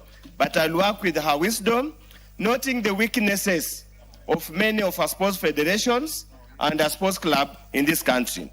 However, Honorable Speaker, and I hope she's listening to me, in the definition of manipulation, Honorable Speaker, I think C, the definition of manipulation of sports competition, might be too harsh, might be too radical, where it says intentions fails to perform to the best of their abilities to achieve a predetermined outcome. Honorable Speaker, I want to do this. I want to be very obvious. There used to be a lot of witchcraft in football. That one I know, a lot of witchcraft. So sometimes, Honorable Speaker, punishing a goalkeeper or punishing a striker for failing to score, we must in any way be very clear on this matter. You might also be on medical grounds. It could also be just a case of inability to perform to the expected level because you are not up to the act. Probably we must temper this definition to avoid punishing natural failure or natural low talent in that particular area. Honorable Speaker, the issue of investigations. With the current technology, we do believe 6 months is unnecessarily too long, because what happens between the allegation and the time the player is punished, because there's no provision for suspension, it means the player could continue participating in any sports activity to the detriment of the sports. So, Honorable Speaker, I would suggest that a period of 6 months is inordinately too long. We need to look at it whichever way, probably reduce it to 3 months or even a few weeks or a few days, because nowadays manipulation would start some kind of personal contacts or communication. And that particular communication, if you get a serious investigative agency, they must be able to tie it up and trace the level, the movements from one point to another, so that we avoid this kind of an ordinary delay in that matter. Honorable Speaker, the fines proposed under New Clause 64A, yes, they might be reasonable, but again, yes, we want to criminalize, but we need to not make it extremely too punitive. Sometimes you are manipulated unknowingly. You are manipulated unknowingly. To be punished to this extent, there must be some room of mitigation. And Honorable Speaker, the Honorable Member for that, yes, what's your point of order? Yes, Jalas, yes. Thank you, Mr. Speaker. I hear Dr. Oundo saying that the proposed fines are very lenient. They should be very punitive, because if you see what it takes for our sportsmen, the training, the vigorous nights that they go through. Mr. Speaker, you yourself, you are a sportsman, and I've seen you participate even in the Bunge FC. Can you imagine if you are going to a match after all this training, then it is a predetermined outcome, or you are part of a team that its members have decided how the match and the scores will be. It's almost like betting. It is almost like wasting people's time. You don't have to wake up, you don't have to train if people have already determined what the scores will be. I think these proposed fines are actually very okay. Very well, and Mr. Oundo, you yourself, you are a sports person. I don't know, that's why you actually played football in low levels. Order. Chair, Honorable Speaker, let's be proportionate to the awards to the tournament. We used to run CDF tournaments where the awards was 100, 200. Punishing somebody who allegedly conspired to manipulate a game. You are asking him to pay 1 million, and probably what he took home, the award is only 100,000 for the winning team. That's why I'm saying we need to be proportionate. Speak to the matter. We shall have the third reading. Yes, we need to be proportionate. I totally agree, Honorable Speaker, that whatever we establish that there was financial inducement, that must be forfeited. That must be forfeited to the state, because that is extremely unfair. But Honorable Speaker, for us even to start thinking of criminalizing, even putting into law, a matter of integrity goes to the depth, to the heart of the character of this society. Honorable Speaker, we have been conditioned to such an extent that winning seems to be everything. We have pushed our children. We have pushed everybody to an extent that failing to win becomes a source of humiliation. If only we could take sports as a sports, we could take political competition as political competition, that let the people decide. We will never need to get into this legislation. Let people go and compete. Let them go and compete just like anybody else. Honorable Speaker, just like when we used to be young, you'd go to a dance, a night dance, and whoever dances best is one who takes the girl. And there was never war. There was never any fight. There was no manipulation. It was easy. There was no financial inducement, Honorable Speaker. Why can't society get to that level? What stops us doing that, Honorable Speaker? With those few remarks, I support, and I also congratulate Irene. You're on the right part of history, but come where people are. So that we want you back in this house in the 14th Parliament. Linda Mwananchi is where people are. Thank you, Honorable. Honorable KJ. Yes, Mr. Speaker, this is Parliament at work.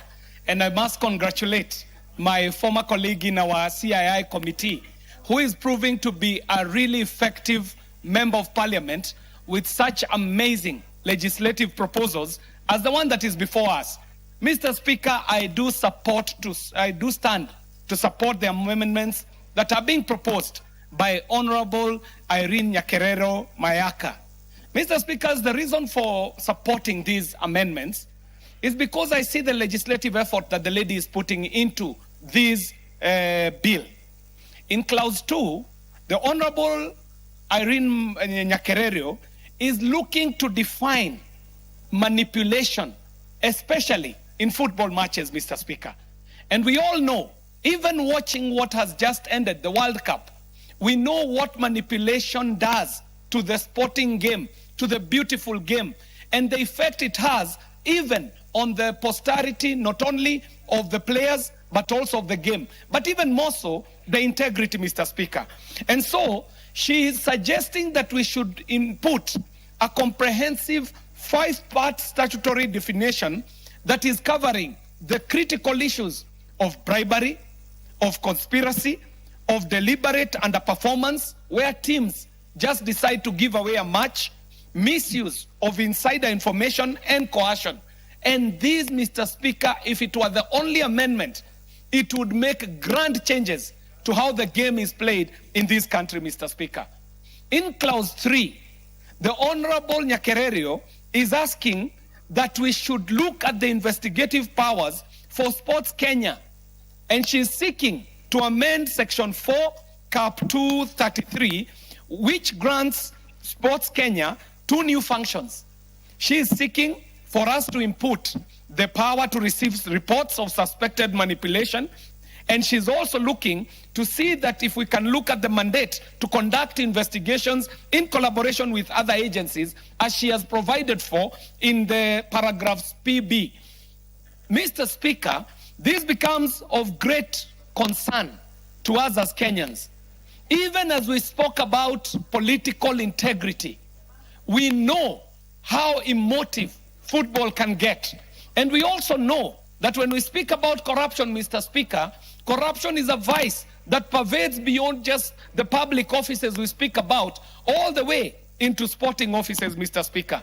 Mr. Speaker, one of the key reasons that I stand to support this is because of the matters that Honorable Nyakerero brings, where she is seeking to extend the Sports Dispute Tribunal jurisdiction to be able to hear appeals that are arising specifically from Sports Kenya's decisions on manipulation.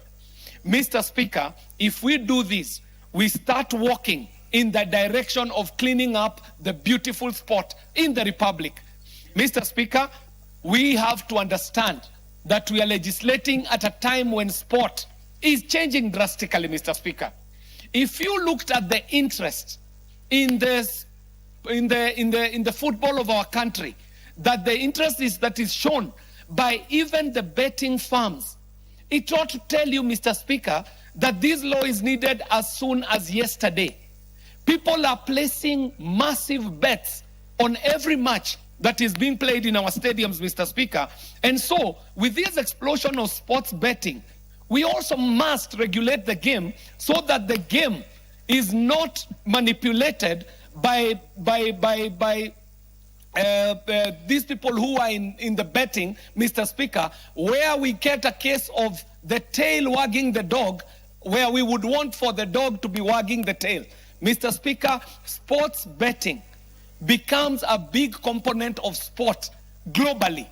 But in Kenya, Mr. Speaker, if you were to look at the monies that are in sports betting in our country today, then you would see the reason why it is important for us to institute these changes that Honorable Nyakererio is asking us to do. Mr. Speaker, in clause 5, Honorable Nyakererio is looking to work on the enforcement.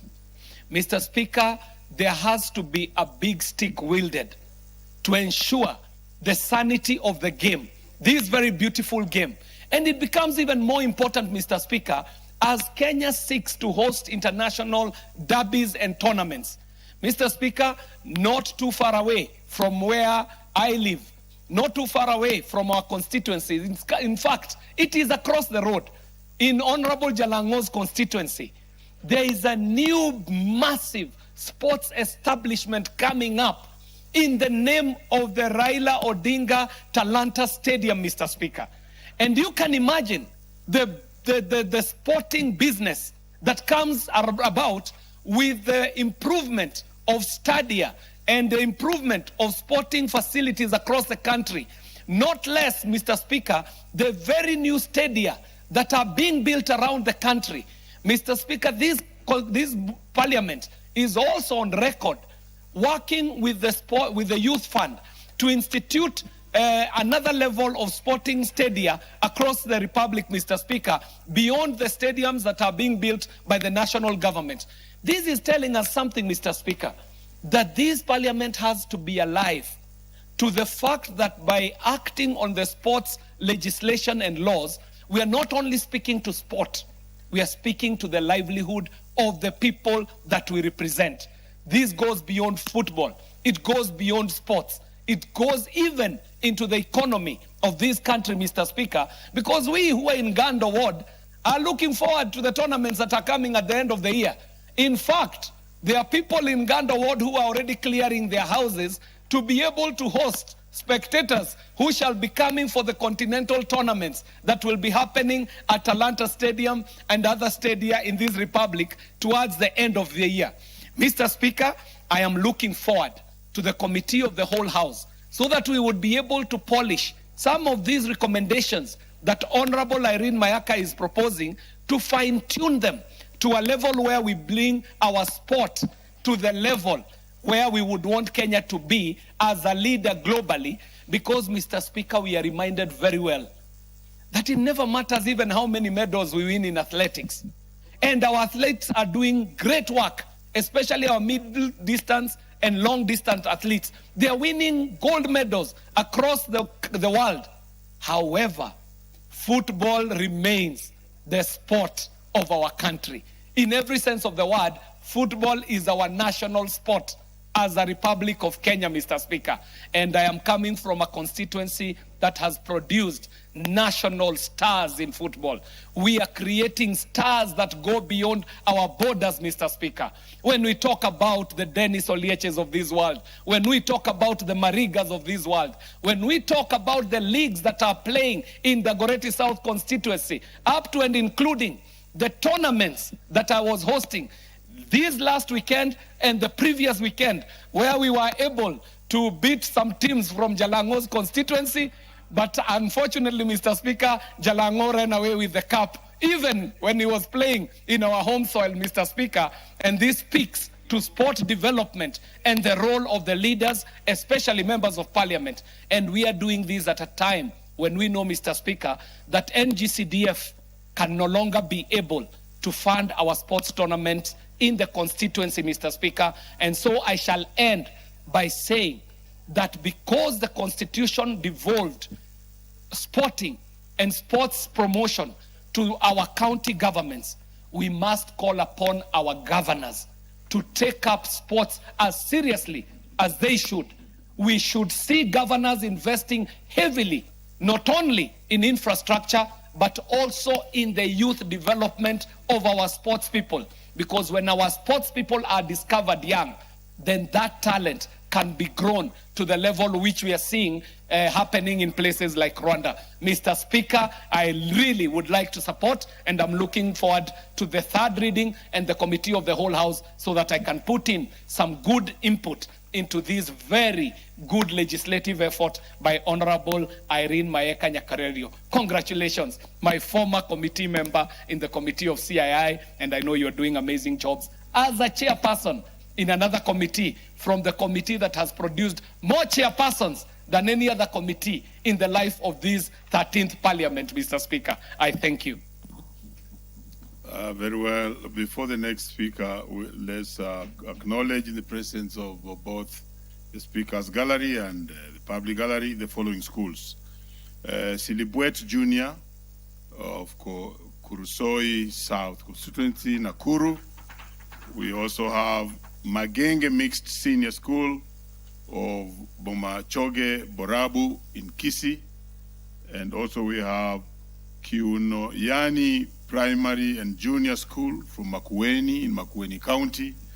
And also have St. Paul's School from Samburu Central Constituency, Samburu County. And finally, the Modern Academy School from Kiminini, Trans Nzoia County. The Honorable Zamzam, and then we can come to the Honorable Meli. Asante sana Mheshimiwa Spika, na mimi niweze kumpongeza dadangu mdogo wangu Mheshimiwa Irene Mayaka kwa kuweza kuleta marekebisho katika katiba ibara 24A ambayo yameonelea kuwa ni muhimu sana, na sote katika bunge hili na imani sote tunaona kuwa ikiwa kutakuwa na udanganyifu katika michezo, wewe kama referee unalipwa kihongo, unaambiwa nataka ule mpira ukienda hivi piga firimbi useme umekwenda hivi. Mheshimiwa Spika, haya ni mambo ambayo yanatendeka sana Mheshimiwa Spika. Unaangalia goalkeeper, yeye mpira unakuja vizuri ambao anaweza kaushika Mheshimiwa Spika, anaacha mpira uingie ndani. Kwa sababu gani? Amepewa kitu kidogo ili ile timu nyingine iweze kushinda Mheshimiwa Spika. Huu udanganyifu umeweza kuwafanya wanamichezo wengi, hasa katika soka, wengi wamekuwa na kuvunjika moyo Mheshimiwa Spika. Watoto wetu kule Mombasa, nikiangalia kutoka Shanzu mpaka kule Punguvila Mheshimiwa Spika, ukiangalia watoto kutoka Mbuta wanang'ang'ana, wanacheza mpira mpaka wanaongaonga, wanatafuta yani wanaungaunga wapate pesa waweze kuja kushindana na timu za kutoka nje ya kaunti yao. Lakini Mheshimiwa Spika, mambo kama haya ndio yanafanya wale wanaisha nguvu. Unaona timu imekaa vizuri, unaona kabisa vizuri hii timu ndio imeelekea kupata ushindi na inacheza vizuri, lakini kile ukiangalia refa, ukiangalia goalkeeper ana mchezo wa kirba goji kirba Mheshimiwa Spika. Kwa hiyo Mheshimiwa Spika, hino sheria ikiweza kuwekwa na kuzingatiwa, na hata nimemsikia ndugu yangu akisema kuwa hawa wasipewe faini ya juu. Mheshimiwa Spika, mwizi ni mwizi japo mdogo ni mwizi. Anaanza na chini, akifika juu atakuwa shabobea Mheshimiwa Spika. Kwa hiyo ikiwa hapa chini katika hizi tournaments zetu, na Mheshimiwa amezungumza Mheshimiwa Kiare, hizi mpira na mimi naona ilikuwa wabunge wanafanya vizuri sana. Siku hizi mmeziweka katika kaunti, hatusikii mpira wala ukwaju Mheshimiwa Spika. Watoto wamekaa wanahangaika kule chini, skuli zikifungwa Mheshimiwa Spika, hatuoni hizi mpira zikifanywa. Mimi ningeomba ziweze kurejeshwa katika kitengo cha wabunge ili waweze kuendelea na kazi nzuri ambayo walikuwa wanaifanya Mheshimiwa Spika. Mheshimiwa Spika, hii faini ya milioni 1, mimi nasema Mheshimiwa Mayaka umeka chini sana.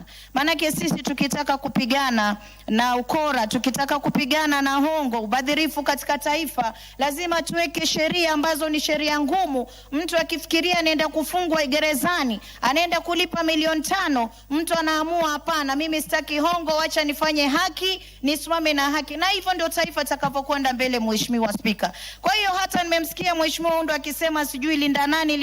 Ikiwa hii ndio vile unavyotaka kuja na hiyo yenu, basi itakuwa Kenya mwairegesha miaka 60 nyuma. Mheshimiwa Spika, sisi hapa mahali tumekaa na naangalia ile ilikuwa manifesto ya baba Raila Amolo Odinga.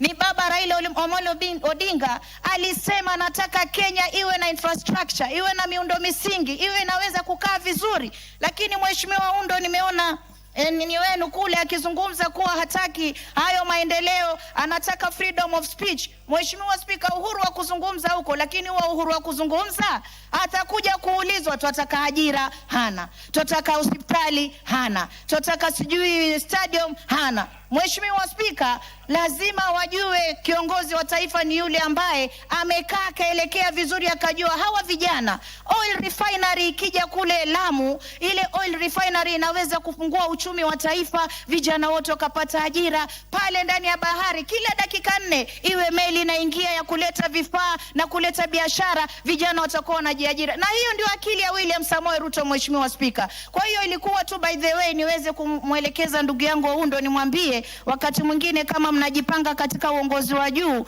ndio kama vile Mheshimiwa Rais William Samoei Ruto anasema jipangeni na mimi nimejipanga. Kwa hiyo sisi tunajua pale mbele mambo yatakuwa sawa, nyinyi njooni na sisi tutakuja, lakini Kenya wanataka maendeleo. Mheshimiwa Spika, nikirudi katika mada ya leo, ukiangalia katika ya kimataifa, wale ambao wamesimamia michezo katika anga za kimataifa wameweka penalties ama wameweka fine ambayo ni kubwa sana, na wameweka mazingatio mazito ambayo kwamba hata ule mpira wa kitaifa sisi leo tunaupenda. Mimi ni Manchester United, baba alikuwa Arsenal, lakini mimi nilimpenda hivyo hivyo japokuwa mimi ni Manchester United. Mheshimiwa Spika, utaona Kenya kila mtu anakimbia ule mpira wa kimataifa. Kwa nini? Umewekwa kwenye nidhamu kuanzia chini mpaka pale ulipofika juu. Lakini ukija hapa Kenya katika taifa letu, watu wanahongwa huku, mwingine anahongwa huku, mwingine hata leo sasa mimi nikijaribu kuzungumza, jamani, mheshimiwa tu hapa anatuambia kuwa hii itolewe. Jamani, inatolewa vipi? Sisi wenyewe tuwaona ni ndogo hii fine, kwa sababu tunataka na sisi tupate kina Ronaldo kutoka hapa Kenya. Tunataka na sisi tucheze mpira kama vile Cameroon, kama vile South Africa, na wengine wanabobea, wanafika katika anga za kimataifa, Mheshimiwa Spika. Lakini hii match fixing na betting ndo zimekuja kuharibu hili taifa. Mimi kama hao mambo yanaendelea, mimi nazidi kuyakemea, na nikuambie Mheshimiwa Irene Mayaka, Kisii ama ni wapi kule Nyamira, msipomchagua huyu mama kama mama county wenu, tumregeshe hapa bunge, haya mambo mazuri anayopangia taifa hamtaweza kuyaona. Kwa hiyo mimi nakupongeza sana, na niseme Mheshimiwa Spika, mgema kisifiwa tembo litia maji. Na hapa tulipofika sasa ni mambo kangaja huenda yakaja na yashafika bungeni. Mheshimiwa Spika, lazima tuangalie hino sheria iweze kupita. Mimi nangoja kuja kusoma mara ya 3 Mheshimiwa Spika, niweze kujikakamua kama mama Mombasa County ambayo tulikuwa na kina Abbas, the best goalkeeper in Kenya ilikuwa Mahmoud Abbas kutoka Mombasa County, lakini walikuwa na nidhamu wakati wa kina Mlamba, wakina nani, nilikuwa nasikia tu ule mpira ukichengwa, sisi tulikuwa wadogo, lakini ilikuwa mpira unachezwa kwa nidhamu. Saizi watu wamezunguka watoto wadogo wale, vingine wanawafanya vingine. Hata Mheshimiwa Mayaka, ni jambo lingine ambalo ungeweza kulieka pale. Wengine watoto wanaenda kucheza mpira vizuri, yule goalkeeper anarudi nyuma anafanya pia, yule ambaye anawafunza kule anarudi nyuma anawafanya mambo mengine. Kwa hiyo ni mambo ambayo tuangalie toka chini tunavyokuza talanta. Hii sheria iweze kufuatwa kwa msururu ambao uko sawa. Watoto wetu wakienda kucheza mpira pia waangalie viwanja vyao viko sawa. Ndio maana unaona hapa wengine hawataka kusema Mheshimiwa Spika, lakini mimi najua ile Talanta Stadium inawaumiza wengi sana. Haijajengwa pale Nairobi peke yake. Kule Mombasa pia tuna stadium yetu ambayo ilikuwa imekaa, lakini Mheshimiwa Rais ametuwekea 1.5 billion ili tuweze kukuza talanta za watoto wetu. Ukiangalia pale Likoni kumewekwa stadium nyingine. Ukienda kule Kwale, Mheshimiwa Spika, kuna stadium kubwa ambayo imejengwa na William Samoei Ruto. Kwa hiyo sisi tunasema mtu akiwa anafanya kazi apewe sifa yake. Na nyinyi mtazungumza hapa kwa sababu ulianza. Mimi mambo mama Mombasa huwa anajua kuyamaliza. Wewe umeanza ukatuambia sijui tuende wapi, tuende Linda, hatuendi Linda. Sisi tumekaa hapa mahali pamenyooka, stadium tunaona, barabara tunaziona, miundo misingi tunaiona, na William Samoei Ruto ametujengea watoto wetu stadium ya Talanta. Huyu ndio sisi tunasema tuenda naye. Na hii ibara 64(1)(a) hii mimi nakwambia dadangu Irene, umefanya kazi nzuri sana. Watoto wetu waweze kuangaliwa, hakuna mambo ya kuiba mpira, kwa sababu hivyo ndo wengine pengine wamepanga wizi mwingine tofauti, sio? Lakini huu mpira ukianza kuibwa sasa na sisi tunyamaze, wataiba zile fans, wataiba wakiendelea mbele na mbele. Kwa hiyo sisi tunazuia corruption kuanzia hapa chini mpaka kufika juu. Lakini kwa haya yote mimi nashukuru Mheshimiwa Spika, na nasema Kenya imenyoka. Na imenyoka. Uliona vile walikuwa confused jana kwa TV. Kenya imenyoka na William Samoei Ruto. Asante sana Mheshimiwa Spika. Kiswahili kali sana. Order members, let me further acknowledge in the presence of Speaker's Gallery the following schools: Nakuru East Primary and Junior School from Nakuru North Constituency, Nakuru County. We also have the Shiners Education Center from Keses constituency, Uasin Gishu. And let me give the Honorable Barongo to just welcome the schools. He also plays number 5 for Bunge FC, but you're not speaking on this now. Just welcome the schools. Thank you, Honorable Speaker. And thank you also for, praising my football prowess on the pitch. Let me also acknowledge your incredible talent. Recently, you have made moves that have really amazed a lot of us on that pitch. May you continue doing that. I would like to take great pleasure to welcome Magenge Senior School, seated in the gallery, and also to welcome the other accompanying schools to the House of Parliament. Magenge is one of the most popular schools in my constituency that has consistently posted excellent results over the years, preparing so many students and Kenyans for greater careers in their lives. I would like to welcome you to the House of Parliament. Here we oversight, we represent, and we legislate on behalf of Kenyans.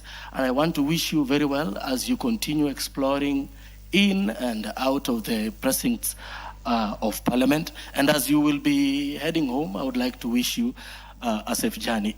Great. In conclusion, I know that today you did not use your own means to arrive here, but in the final year of my term, we are allocating some money to buy your bus so that in future you can regularly visit Parliament and enjoy that which clearly is meant to open your eyes to the future that is great. And we wish you very well in your studies as you continue to study. And I want to say that I'm very proud of the work that the teachers are doing, the work that you're doing, and I'm proud of the parents who continue to sustain you as you pursue your education. Very well. I thank you so much, Honorable Speaker.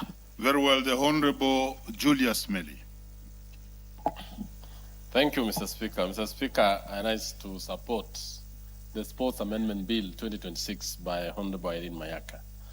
This bill, Mr. Speaker, speaks to actually the discipline that is supposed to be in the sports industry.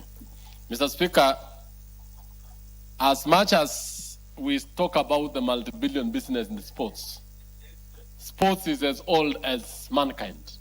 It has been practiced by cultures, by communities across several generations. And every sport, Mr. Speaker, is a sport of contests. It can be done by individuals, either in form of athletics or track. It can also be done by teams, Mr. Speaker, especially maybe football, basketball, name them. There are so many teams that participate in sports. Mr. Speaker, this bill is actually the software which we need in this country to manage sports and put Kenya the rightful place in the international arena. Mr. Speaker, our president has done immensely, especially in establishing sports fields, stadiums. Every county, most of our counties today, I was in Wajir, we were in Busia, we were in Bungoma when we had Madaraka Day. The kind of what our president has done in a record 3 years, very few administrations in this country have done since independence. When we look at Talanta Stadium, or what we call Raila Odinga International Stadium, it is one of its own kind in this region. No country can compare with it in this particular part of the world. To make sports actually a game that is going to be very supportive, that is going to thrills everyone. For example, what we are talking about as we speak today, when you see football in this country, and many members in this house are fans of football, and every time when a game is played and there is no discipline, there is much manipulation, there is much bribery, there is much corruption, you'll realize that Kenyans across at times participate in betting. Mr. Speaker, what this bill tries to cure is to really to bring discipline into the football games, into all sporting activities. And it is putting Kenya in the world map.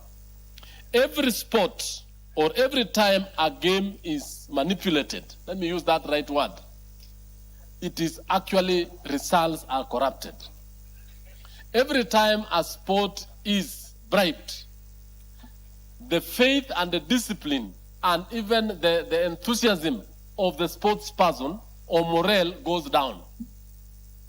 In effect, as a teacher, Mr. Speaker, you'll realize that students, fans fight and they cause serious injuries, even as a result of this manipulation.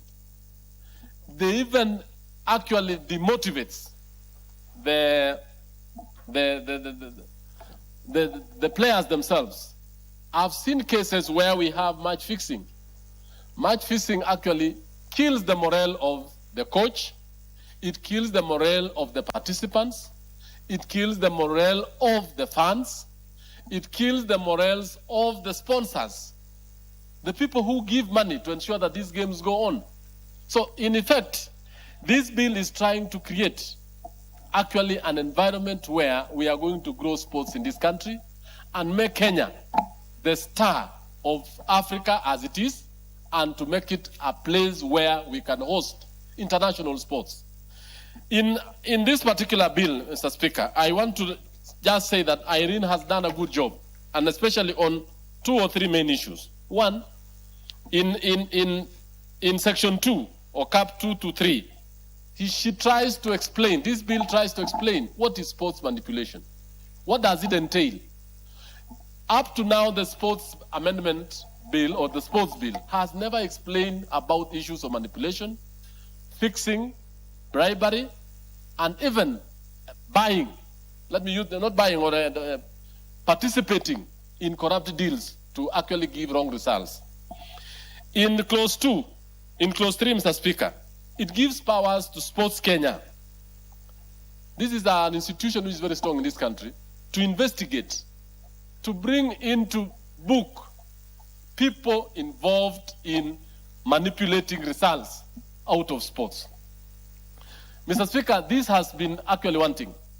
Every other time when we have issues of sports manipulation or actually manipulating results, the victims end up without any recourse. But now this bill gives powers to Sports Kenya to carry out the investigation, give reports, and be able to table those reports and take corrective measures to those who are involved in it. Honorable Speaker, this is a very important thing. When you look at the Football Federation, when you look at the Olympic Games, when you look at all Africa Games and all sporting entities across the globe, they have a cause of recourse in the event that there's a dispute that arises out of match manipulation. Mr. Speaker, we also have the issue of Sports Tribunal. Actually, it gives the mandate of Sports Kenya to ensure that the Sports Tribunal be able to listen and be able to carry out a determination if there is any dispute arising out of the manipulation that is coming out. And more importantly, if there's a dispute that has come out of any football, any track field events, or any other particular activity. Mr. Speaker, one of the things that we need to know as a country, Kenya is actually the sporting nation #1 of Africa. And we say this has arisen out of what our government has done. If you look at all our regions, sportsmen, you can find coaches who actually try to induce athletes to actually take drugs enhancing, what we call energy enhancing drugs. That is part and parcel of what we are calling manipulation. The coaches, all the people involved are ruining lives of youngsters. They are ruining their future by just manipulating them, by not telling them good results come out of discipline. Good results come out of proper training. Good results come out of persistent competition. In this particular case, this bill is going to treat and carry out penalties on individuals. I want to disagree with Honorable Undo, who is one of our good members of this House, that the penalties that we are given in Section 5(4) are not very punitive. Imagine the lives of youngsters ruined as a result of match fixing. For example, an upcoming football club. For example, an upcoming athlete who has been cheated or who has been actually induced by coaches to take enhancing drugs to participate in athletics. They will never recover. And the penalty that we have here is even, I have to say, is not punitive enough to stop this very bad behavior. Honorable Speaker, you will realize that the standing of Kenya in the international field is going to be at a very high level out of this bill. That right now we will be recognized as having a discipline, a working legislative act, which will be able to allow even more international sporting activities to be carried out in this country. Lastly, Honorable Speaker, you'll realize that this particular bill is looking into that Kenya sports betting industry. I want to speak to that because we bet for good results. Youngsters and people across the globe have a very strong market through proper run games. Imagine individuals, investors have put their money and the sport is manipulated. They lose trust and then therefore the industry will collapse. And this one is a very important thing. Lastly, look at our schools. And I want to laud what our government has done, Honorable Speaker, that the President has managed to employ 120,000 teachers to carry out learners and develop talents. The employment of 120,000 teachers is equivalent to, Honorable Speaker, and I want to tell the country, about 24 years. By previous administration, I've been employing 2,500, at most 5,000. 2,500, 5,000. It will have taken this country a record 30 or 40 years to employ that group of teachers. And this is where talent are being actually developed, it is being grown, and we are asking that let this talent of sports be disciplined from basic school all the way to universities. I support, and I think we need. Daktari Makali Mulu. Yeah, thank you. Thank you so much, Honorable Speaker, for this opportunity. Honorable Speaker, I want to join my colleagues in appreciating the good work being done by Honorable Mayaka, who happens to be the chairperson of my committee. It's a statement of fact, Honorable Speaker, that Honorable Mayaka, being a first-termer, has actually performed beyond expectation. And that's why she has won a number of awards for the good work she's doing. And this is one of them. The Sports Amendment Bill 2026, Honorable Speaker. When I look at this bill, Honorable Speaker, it is a bill which is intended to provide a legal framework which at the end of the day will improve integrity of our sports in the country, Honorable Speaker. Honorable Speaker, this animal called sports manipulation, or fixing of matches, Honorable Speaker, it's a common problem. And it should be of concern to every Kenyan, either a sportsman or a sportswoman, that this is happening. Why am I saying so, Honorable Speaker?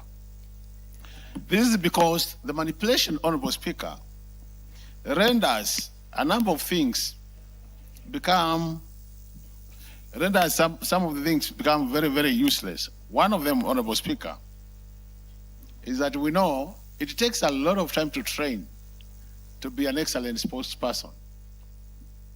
And in a situation where we allow fixing of either a match or an event, Honorable Speaker, what happens is basically then, Honorable Speaker, that effort is actually not rewarded accordingly, Honorable Speaker.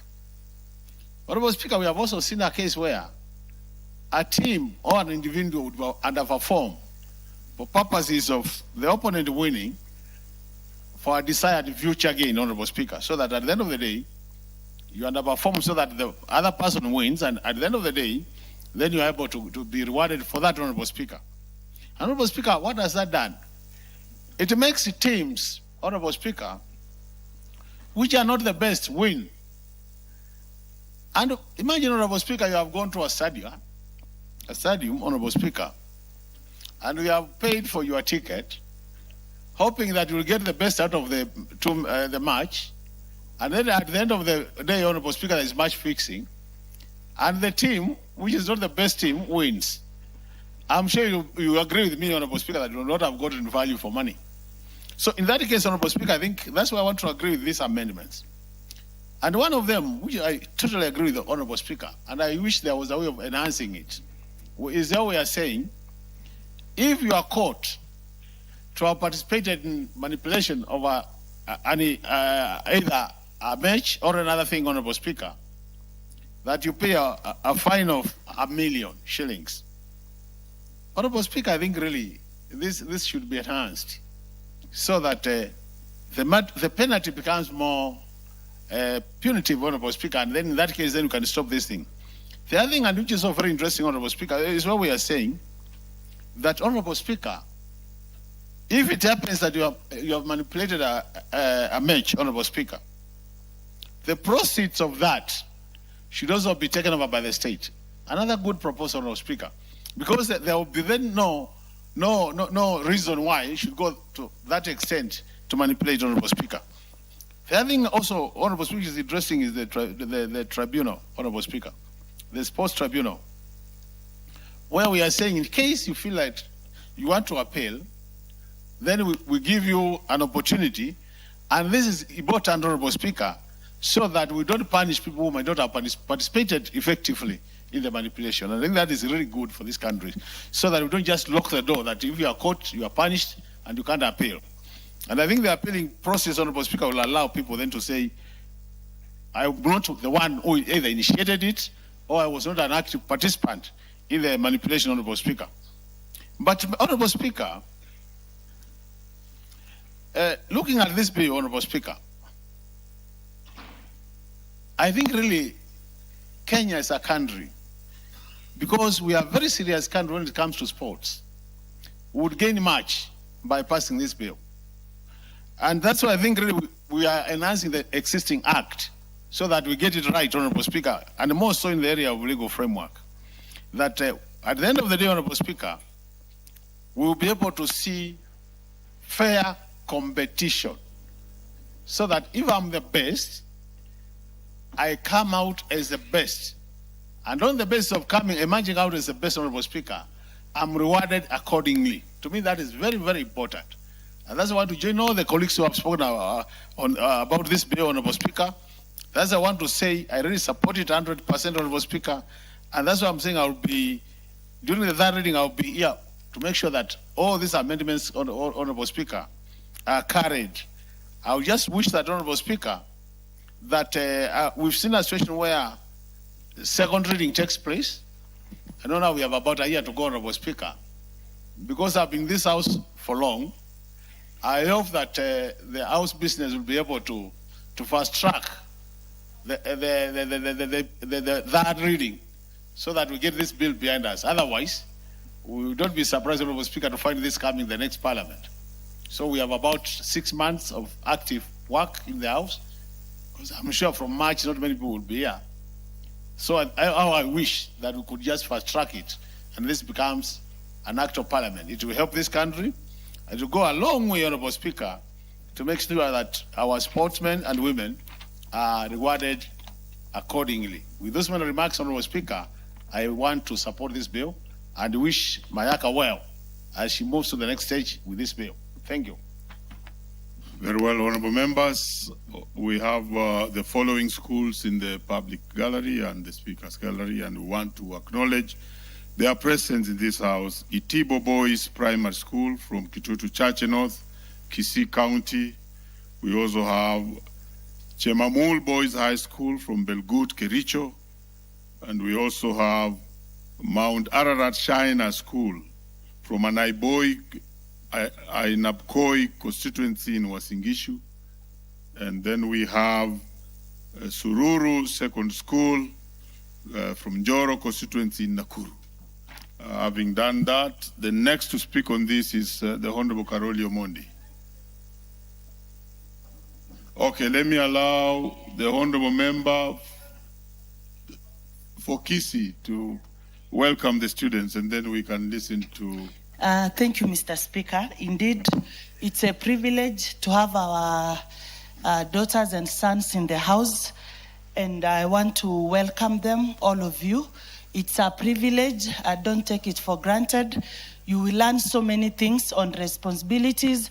When you go back home, you will have a lot of stories to tell your friends, even your parents. You know, the first time when we came to Nairobi, Mr. Speaker, is when we had finished Form 4. So when I look up at Itibo from Kisii, I see their young girls and boys, their young boys and the other schools. So work hard, it really pays. You are not doing it for your parents or your friends, you are doing it for yourself. Believe in yourself. The best gift you can give yourself is to work hard, obey your teachers, avoid exchanging love letters. The beautiful ones are not yet born. Thank you, Mr. Speaker.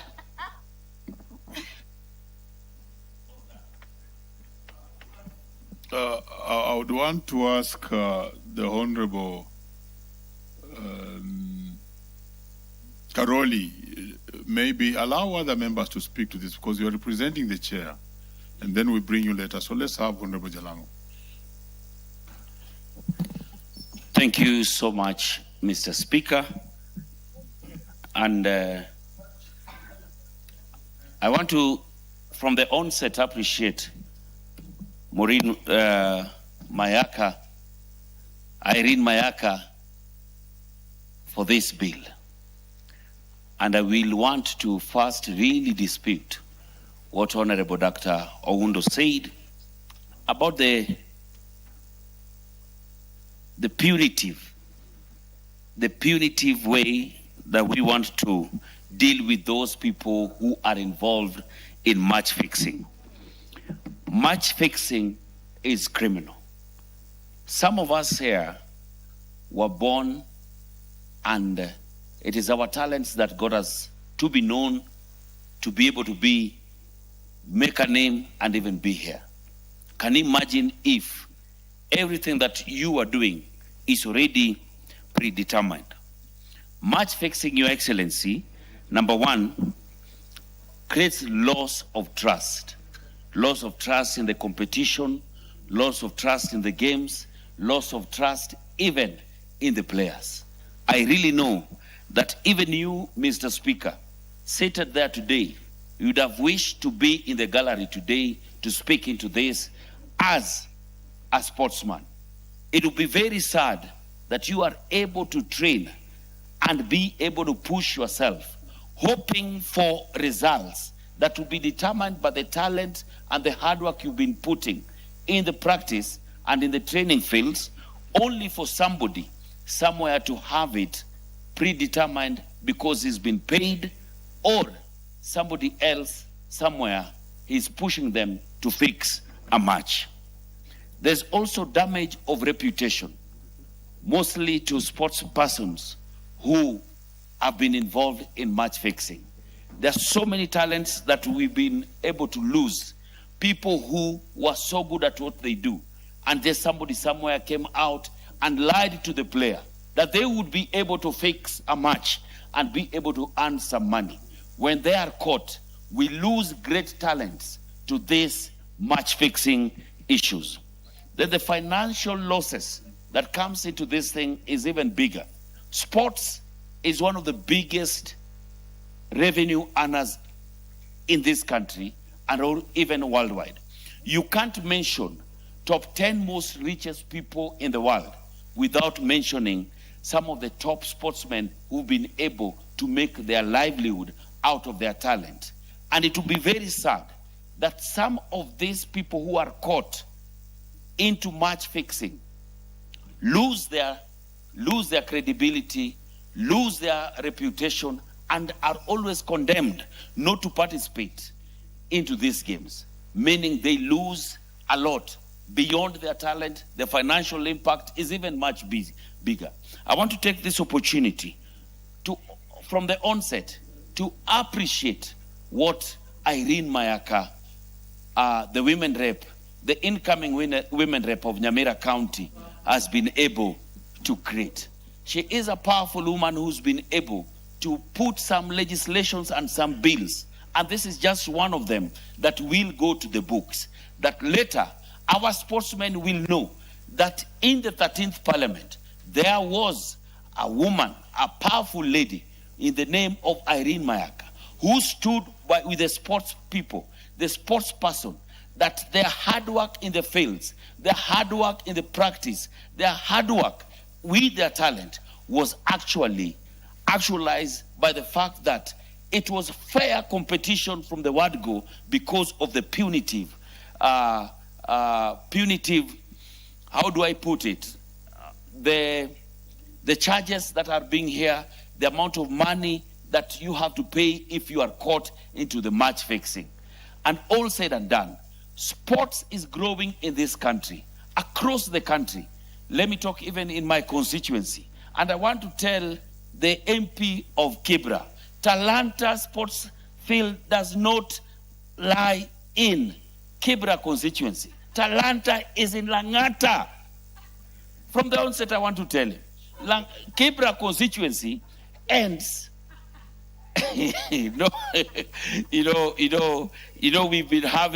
We've been having a back and forth around where does Raila Odinga International Talanta Stadium lies. It is in Langata constituency, Karen Ward. He should stay guided. He should stay guided that this stadium, even when it was being launched, I was the only member of parliament who was there. Where was he for him now to claim that Talanta is in Kibra constituency? It is in Langata constituency, Karen Ward. He should be guided. That facility alone will provide one of the best facilities in this country for sports talent, sports development. Can you imagine having that stadium built to the standards? Then we have somebody fixing matches in that stadium. It will be a shame. It will even be a shame to Baba Raila Odinga, whose name has been used in naming this stadium. Mr. Speaker, sir, I want to take this opportunity to appreciate Irene Mayaka for this bill. And I can't wait for the third reading. I will be here to again support and make sure that it sails. And just like we've said, let's hasten our speed around some of these works and some of these good bills so that they see the light of day in the 13th Parliament. I submit, Mr. Speaker, sir. Thank you. Yes, let me again acknowledge in the presence of the Speaker's Gallery, the following schools who have visited this House of Parliament. We have Huti Primary School from Madhioya constituency in Muranga County. And then we also have Kedoa Girls from Kipkelion East, Kericho. On behalf of the members of this House and the House at large, I welcome you. But we have the Member of Parliament for Kipkelion East. Yes, please welcome the schools that are in the House. Thank you, Mr. Speaker, for giving me this opportunity to welcome the schools who are visiting our Parliament this evening, Mr. Speaker. I want to say, Mr. Speaker, among those schools are Gedawa Girls. Gedawa Girls, Mr. Speaker, is one of the prime schools we have in my constituency, Kipkelion East. And Mr. Speaker, I want to encourage our students who are visiting Parliament to use it as an experience in their learning and also as laboratories for their success in the future, Mr. Speaker. I want also to have learned, Mr. Speaker, that this week, most of those students who are visiting this Parliament, Mr. Speaker, are candidates of this year's exams. I want also to wish them on behalf of our August House, of the 13th Parliament, Mr. Speaker, I want to wish them all the best in their forthcoming exams, Mr. Speaker. Thank you, Mr. Speaker. The Honorable Robert Basil. Thank you, Mr. Speaker, for allowing me to contribute to the bill that has been crafted by Irene Mayaka. This is a bill number 5, Sports Amendment Bill of 2026. Mr. Speaker, this bill is very timely, Mr. Speaker, because it's aimed at stemming match fixing, Mr. Speaker. And we know there are many flaws of match fixing, Mr. Speaker. For example, it contributes to financial loss, Mr. Speaker. Imagine you've placed a bet, and then someone is doing match fixing, Mr. Speaker. There you incur losses as the one who has placed the bet. At the same time, the betting company loses money, Mr. Speaker. Again, another flaw of match fixing, Mr. Speaker. It encourages corruption, Mr. Speaker. Bribing referees, bribing the sportsmen and sportswomen, all this contributes or promotes corruption within the sport as a field, Mr. Speaker. Another very serious or gross flaw or negativity of match fixing, Mr. Speaker, it dilutes the reputation of sports, Mr. Speaker, and as a result discourages sportsmen and sportwomen from participating in sport, particularly the youth, Mr. Speaker. And this is a vice that we have to tame, Mr. Speaker. It also dilutes public confidence in sports, Mr. Speaker.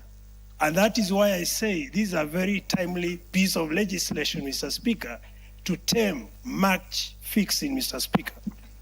Mr. Speaker, the ultimate goal of this particular piece of legislation is to promote integrity, Mr. Speaker, and that will align ourselves with Article 10 of the Constitution that promotes integrity and fairness. More so in this perspective in competition, Mr. Speaker, it aims to criminalize match fixing, Mr. Speaker, or manipulation of sports competition, Mr. Speaker.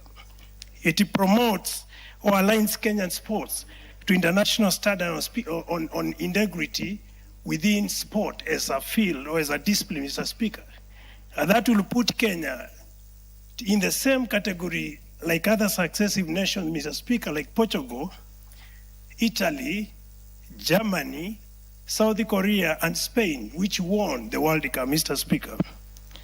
Therefore, Mr. Speaker, this particular bill will also strengthen cooperation among sports organizations.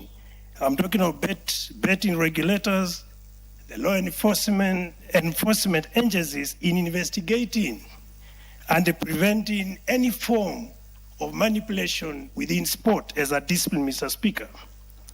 Therefore, in a nutshell, the bill proposes, that is in clause 4 of the bill, it proposes offenses of manipulation of sports, Mr. Speaker, and that is making it unlawful to intentionally influence outcome of any sport event, Mr. Speaker. Importantly, the bill proposes to prohibit betting-related corruption, Mr. Speaker, which is a serious vice, Mr. Speaker. Also, it proposes criminalizing criminal penalties for offenders Mr. Speaker, that is clause 5 of the particular bill, Mr. Speaker, and also allows confiscation of proceeds obtained from match fixing, Mr. Speaker. And these are some of the very punitive measures, Mr. Speaker, which is going to discourage people from participating in match fixing, Mr. Speaker. What will be the likely outcome, Mr. Speaker, of passing this particular bill? Allow me to shed light on this, Mr. Speaker. And one of the very possible outcomes is going to restore public confidence in sports as a discipline, Mr. Speaker. And this is going to enhance credibility, particularly in sports, and ensure those who participate in sporting events are actually rewarded for effort they have given to the sport activity as a discipline, Mr. Speaker. It is going to promote healthy competition in sports, and that is going to promote also fair betting and make also betting companies as well as those betting not incur and undue losses, Mr. Speaker, as a result of match fixing, Mr. Speaker. Therefore, Mr. Speaker, in summary, I fully support this legislation, this amendment, Mr. Speaker, because as indicated in the bill, the bill is supposed to amend Sports Act, Cap 2223, and that's why I say this is going to strengthen sporting activities in Kenya and make sport a very encouraging discipline, Mr. Speaker. And so many of our sportsmen and sportswomen will gain serious rewards or benefits from having this legislation passed by this House. With those few remarks, Mr. Speaker, I submit and I support the bill. Thank you. Yeah, the Honorable Beatrice Elachi. Thank you, Mr. Speaker. Mr. Speaker, I also rise to support the amendment bill of sports, Mr. Speaker, and to thank Irene and to really appreciate that the work she has done in this House. I am praying and hoping the people of Nyamira will look at her as a leader, as a legislator, and bring her back in this House as elected as their women rep in 2027. Having said that, Mr. Speaker, I am one person, and I want to thank you because you've also supported us in sports in Dagoretti North for many years. That carries a lot of young people who believe in sports. You find the best teams in Nairobi, most of them are in Dagoretti North. Mseto FC, Dagoretti North Hot Stars, Dago Stormers, Maranatha, and many others. And Mr. Speaker, you realize we also celebrate the girls who have played for this country, who came from Dagoretti Mixed. And they have done this sport. And then when you realize that we don't even have a bill to deal, or an act of parliament to deal with these manipulations that we find in sports, then that is where now we fail when we are building talent for our young people. So for me, the first thing that Irene is now doing for us is to bring in a strong law that also has penalties, that you can face a life ban, you can face suspension, you can be fined if you are found fix matching or match fixing. And Mr. Speaker, what we need also is education for both our sportsmen and women. And this is not just about football. It's about the athletics that we have. It's about any sports that we have in this country. Remember, nowadays, it is sports that will give you a scholarship even to go to university. It gives you a scholarship to go abroad, Mr. Speaker. And so if we do not train ourselves and recognize and report even the attempts of all this, then we'll find ourselves in a crisis. But for me, knowing very well next year we will be also having AFCON, Mr. Speaker, and that's why we must fast track this bill, is that it is important. It puts Kenya at a very high level in terms of respecting sports and ensuring that we have the rules and regulations that run our sports. Mr. Speaker, you realize even our reporting system, when you look at the bill, it is now trying to bring in a better way of having a reporting system. You realize, Mr. Speaker, in betting, if we do not monitor, you find that when betting companies, sometimes when you look at the betting, you find it sometimes very unusual, and you're wondering why. It is because they have already known, they can even, if you follow through, you'll find they know the team that will win. And so they push you in a very unusual pattern, Mr. Speaker. And so those are some of the things we are saying. Honorable Achi, how do they know the team that will win? When you are betting, you see when you are betting, you see how the pattern is just going. You find this pattern, the pattern is very unusual, and you are wondering, is that the team that, and you'll find the team will win, Mr. Speaker. So even them, they always know. So it is important, even when we are putting in this bill, to monitor and regulate also our betting companies. They play a big role in this fixed matching, Mr. Speaker. It is important to have an independent investigation, and I believe even as we come to the third reeling, we shall try our best to ensure we now ensure you can also have a team that can also follow when people are complaining, Mr. Speaker. We must work with the international and cooperate with them, because remember, it sort of goes cross-border. It operates across board. You find you're playing with Tanzania or Uganda, and guys can just play the game also there. And even internationally, we have seen. And so this is one act of parliament that is going to really make us clean our sports. You realize it's not just about that. You find even in high school, Mr. Speaker, today you find some schools, they just decide to bring in non-students to be put in a team. So you're seeing young people just flopping and the ball is just going and people are playing well. They have done, it's the same mistake where you take students who are non-student and you put them in the field to play with students. And so verification is very critical, even in our national sports that we have for our schools. We must do verification that students who are in those games are students of those schools, not a school where you decide it is rugby and you have brought in the real professionals to play rugby with young students, and you wonder what is happening. And when you look at them, you realize that person is supposed to be in campus, not in high school.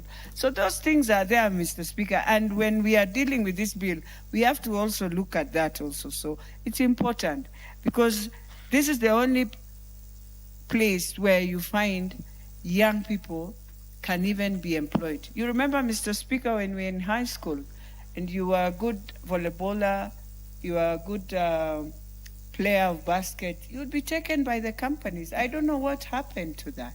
And we need to bring that trend back. It used to help many young people in high school. They will finish playing. When they close school, you go play for transport, Transcom, all those girls from Mukumo, from Moi, they would go Lugulu. They were the best volleyballers, and that is how they joined all these national sports that we could see those days. And I'm hoping with Safaricom Dimba, they can also do the same. Because Safaricom is supporting our young people, yes, but we need to ask ourselves, how do they move to now the next level? They will go regional, Mr. Speaker. You'll find our students in Rwanda performing very highly. And so we have to also, even as we do all this, agree that it is important to create sports, to be sports where people will benefit the way students in the US are benefiting in Europe, and so our young people the same. So for me, the most important thing, I have had many of us, some complaining about the fine. Mr. Speaker, the fine needs to go even higher, because don't forget, you kill. You realize when you are banned in athletics, when you have done doping, you are banned sometimes life. You're given a life ban, Mr. Speaker. And so let us be serious. If we want to make this sector become a sector that can help our young people, let us put in rules and regulations and laws that can support the whole system, Mr. Speaker. And therefore, I want to thank Mayaka and to tell her it's not just me. I think the girls who are right now in Morocco will celebrate you, because we were with them when you told them that you are doing, you're coming into Parliament to ensure this bill goes through. And we are praying for them. I am hoping the under 17 will perform, and I know they will perform. They've gone to the World Cup. This is the second time they are pushing themselves. So let us wish them well and let us support them as much as they are far. They are not far, they are in Morocco, but let us support them. With those few remarks, Mr. Speaker, I beg to support, and I hope, as everyone has said, that we shall push this bill and ensure we pass it before we go for our long recess. Thank you. The Honorable Umi Harun.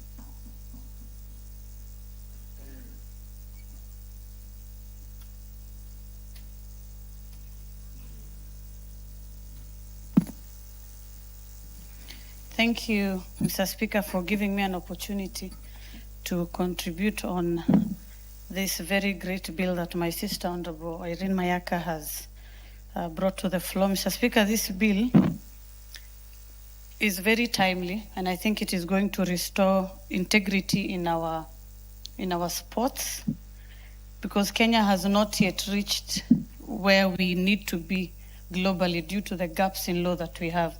Mr. Speaker, countries like Spain have fielded young boys below the age of 18 who even represented them to the level of the World Cup, which was just played recently. Yes, that boy was called Kubasi. He's called Yamal, Lamine Yamal, a very young man who I really admire how he plays his sports. And this is because such countries have prepared themselves, both in their infrastructure and in their laws. Mr. Speaker, we have a very great president who has put so much effort in developing the infrastructure of our sports and taking our country forward.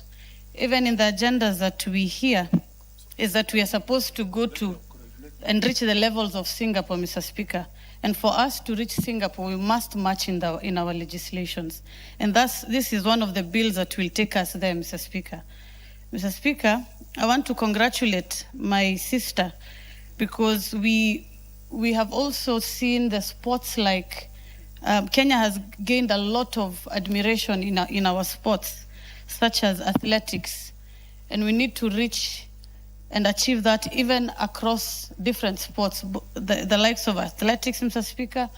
Our rugby players must also get that recognition. Our athletics team must also get them, Mr. Speaker, and we must be able to support such bills so that we can grow our sports and also grow and create jobs for the young people who are playing this particular sports. Mr. Speaker, the passion for this bill does not come out of nowhere, because Honorable Irene Mayaka has shown a lot of great interest from the time she was nominated to this House. And even before she joined the House, Mr. Speaker, she has always been very passionate. And I think the likes of her in this House will take our country forward, Mr. Speaker. And I want to let the young people of the country know that we have a great leader in her, and we should support the likes of Honorable Irene to be able to have such great bills. Mr. Speaker, we have the Talanta Academy that Kenya had proposed 2 years ago. Such academies will be able to grow the talents of the young footballers that we have in this country. Mr. Speaker, I come from Garissa County, and we have a football team called Motown Boys. And instead of spending so much time watching Arsenal, which is my team, I would also want to watch Motown in the international spaces.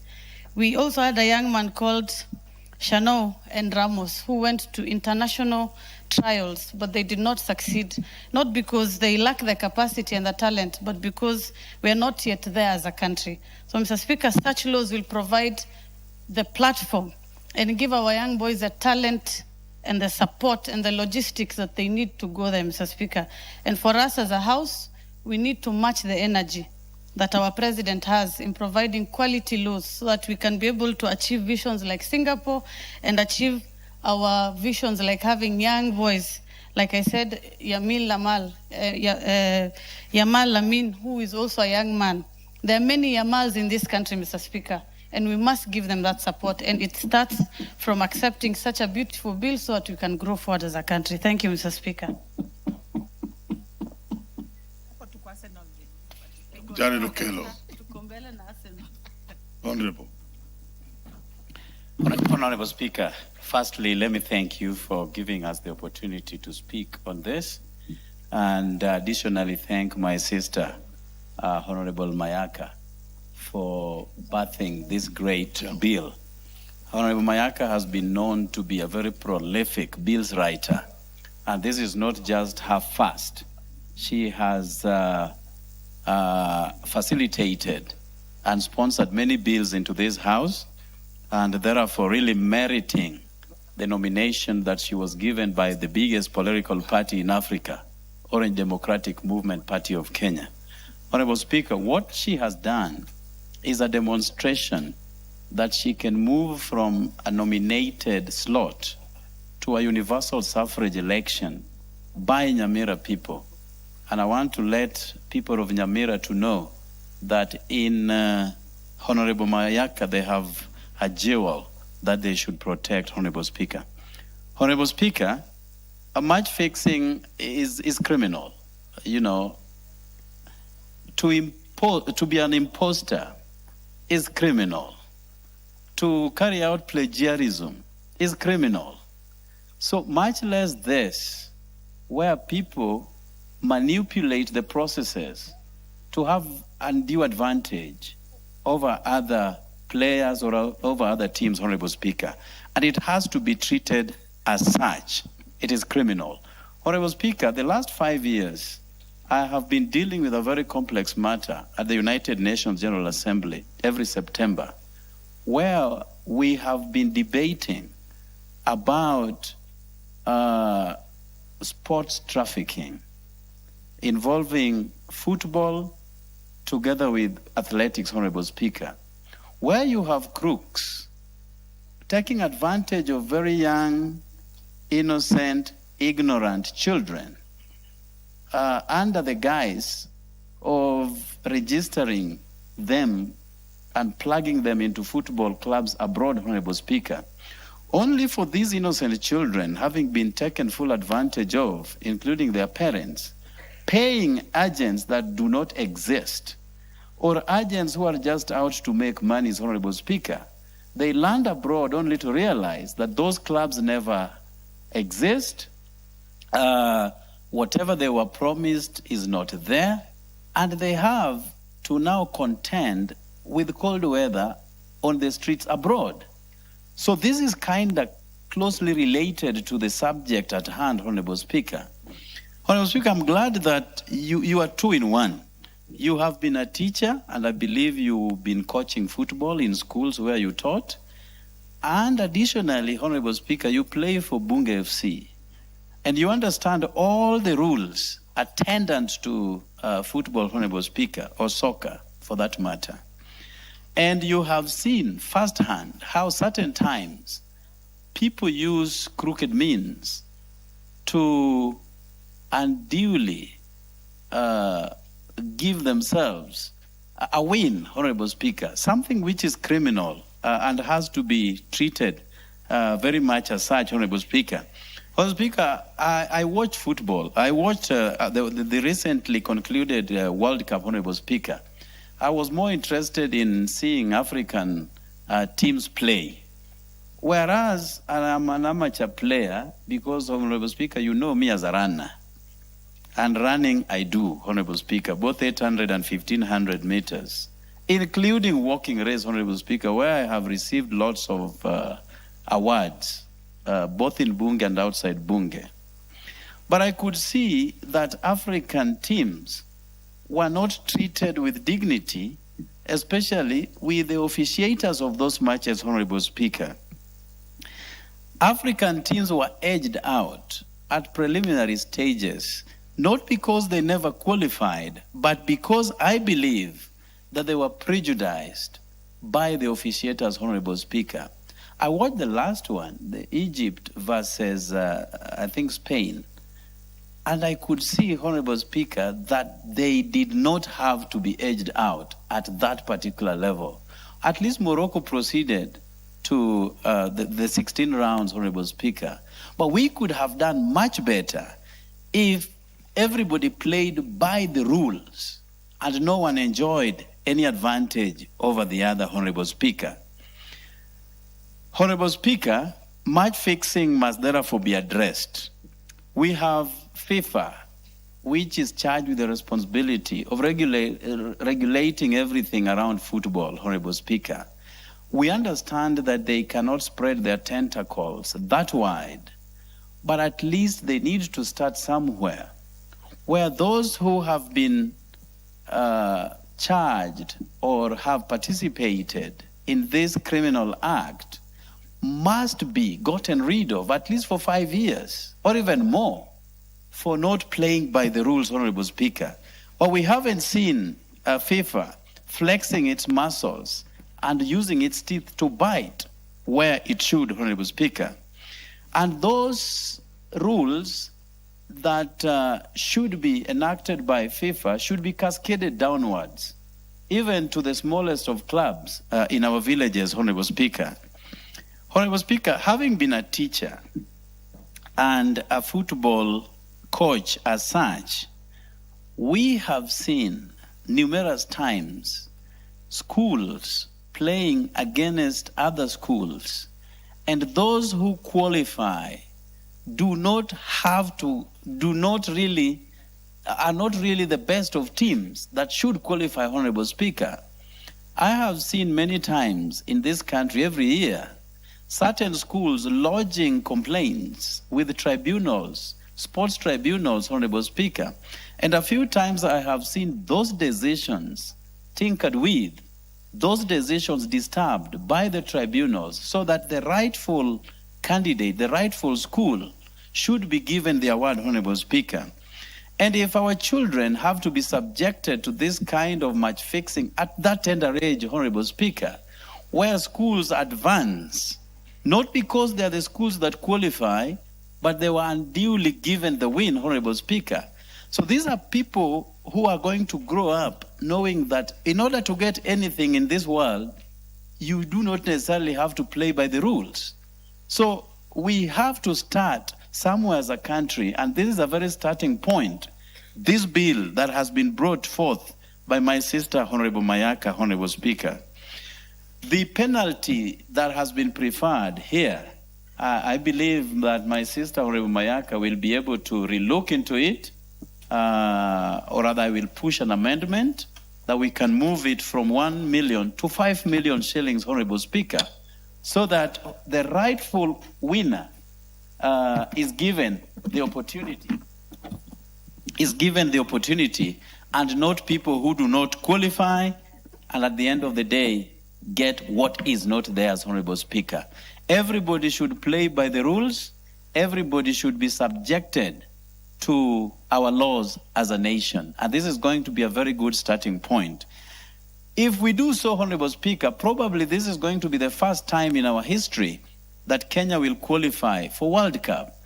I've always, Honorable Speaker, been praying after every 4 years that my country will at least this time qualify. We've had Dennis Oliech, the menace, who was a World Cup material. We have had Olunga now, a World Cup material. But because of all the gerrymandering and crooks who ran the show, deny Kenya an opportunity to appear at the World Cup, Honorable Speaker. But let me pray and believe and hope, not against hope, but hope, that one time in our lifetime, Kenya is going to represent us as a nation in the World Cup, Honorable Speaker, sooner than later. I thank you for the opportunity, Honorable Speaker. I hope you will stay to see Kenya play the World Cup. But Honorable Jared, when you are introducing me from the football circles, I'm not ordinary. I am actually an ex-international, because by 1988 I'd had a call in the national team. Let's listen to the Honorable Patrick and then Jack Wamboka. Thank you, Mr. Speaker, for giving me this opportunity. And I wish to congratulate my sister Irene Mayaka for this amendment. It is a timely amendment, Mr. Speaker, and more so given the influx of betting. And I believe this bill should have been here long before this craze of betting came up. Mr. Speaker, I personally used to run a tournament called Osero Cup before I came to this August House. And Mr. Speaker, I can see you smiling, but it had 48 teams. And we managed to actually get 2 boys to play in Shabana. One is called Matthew Tegsi, and the other one I've forgotten the name. Just from that upbringing. So I wish to say that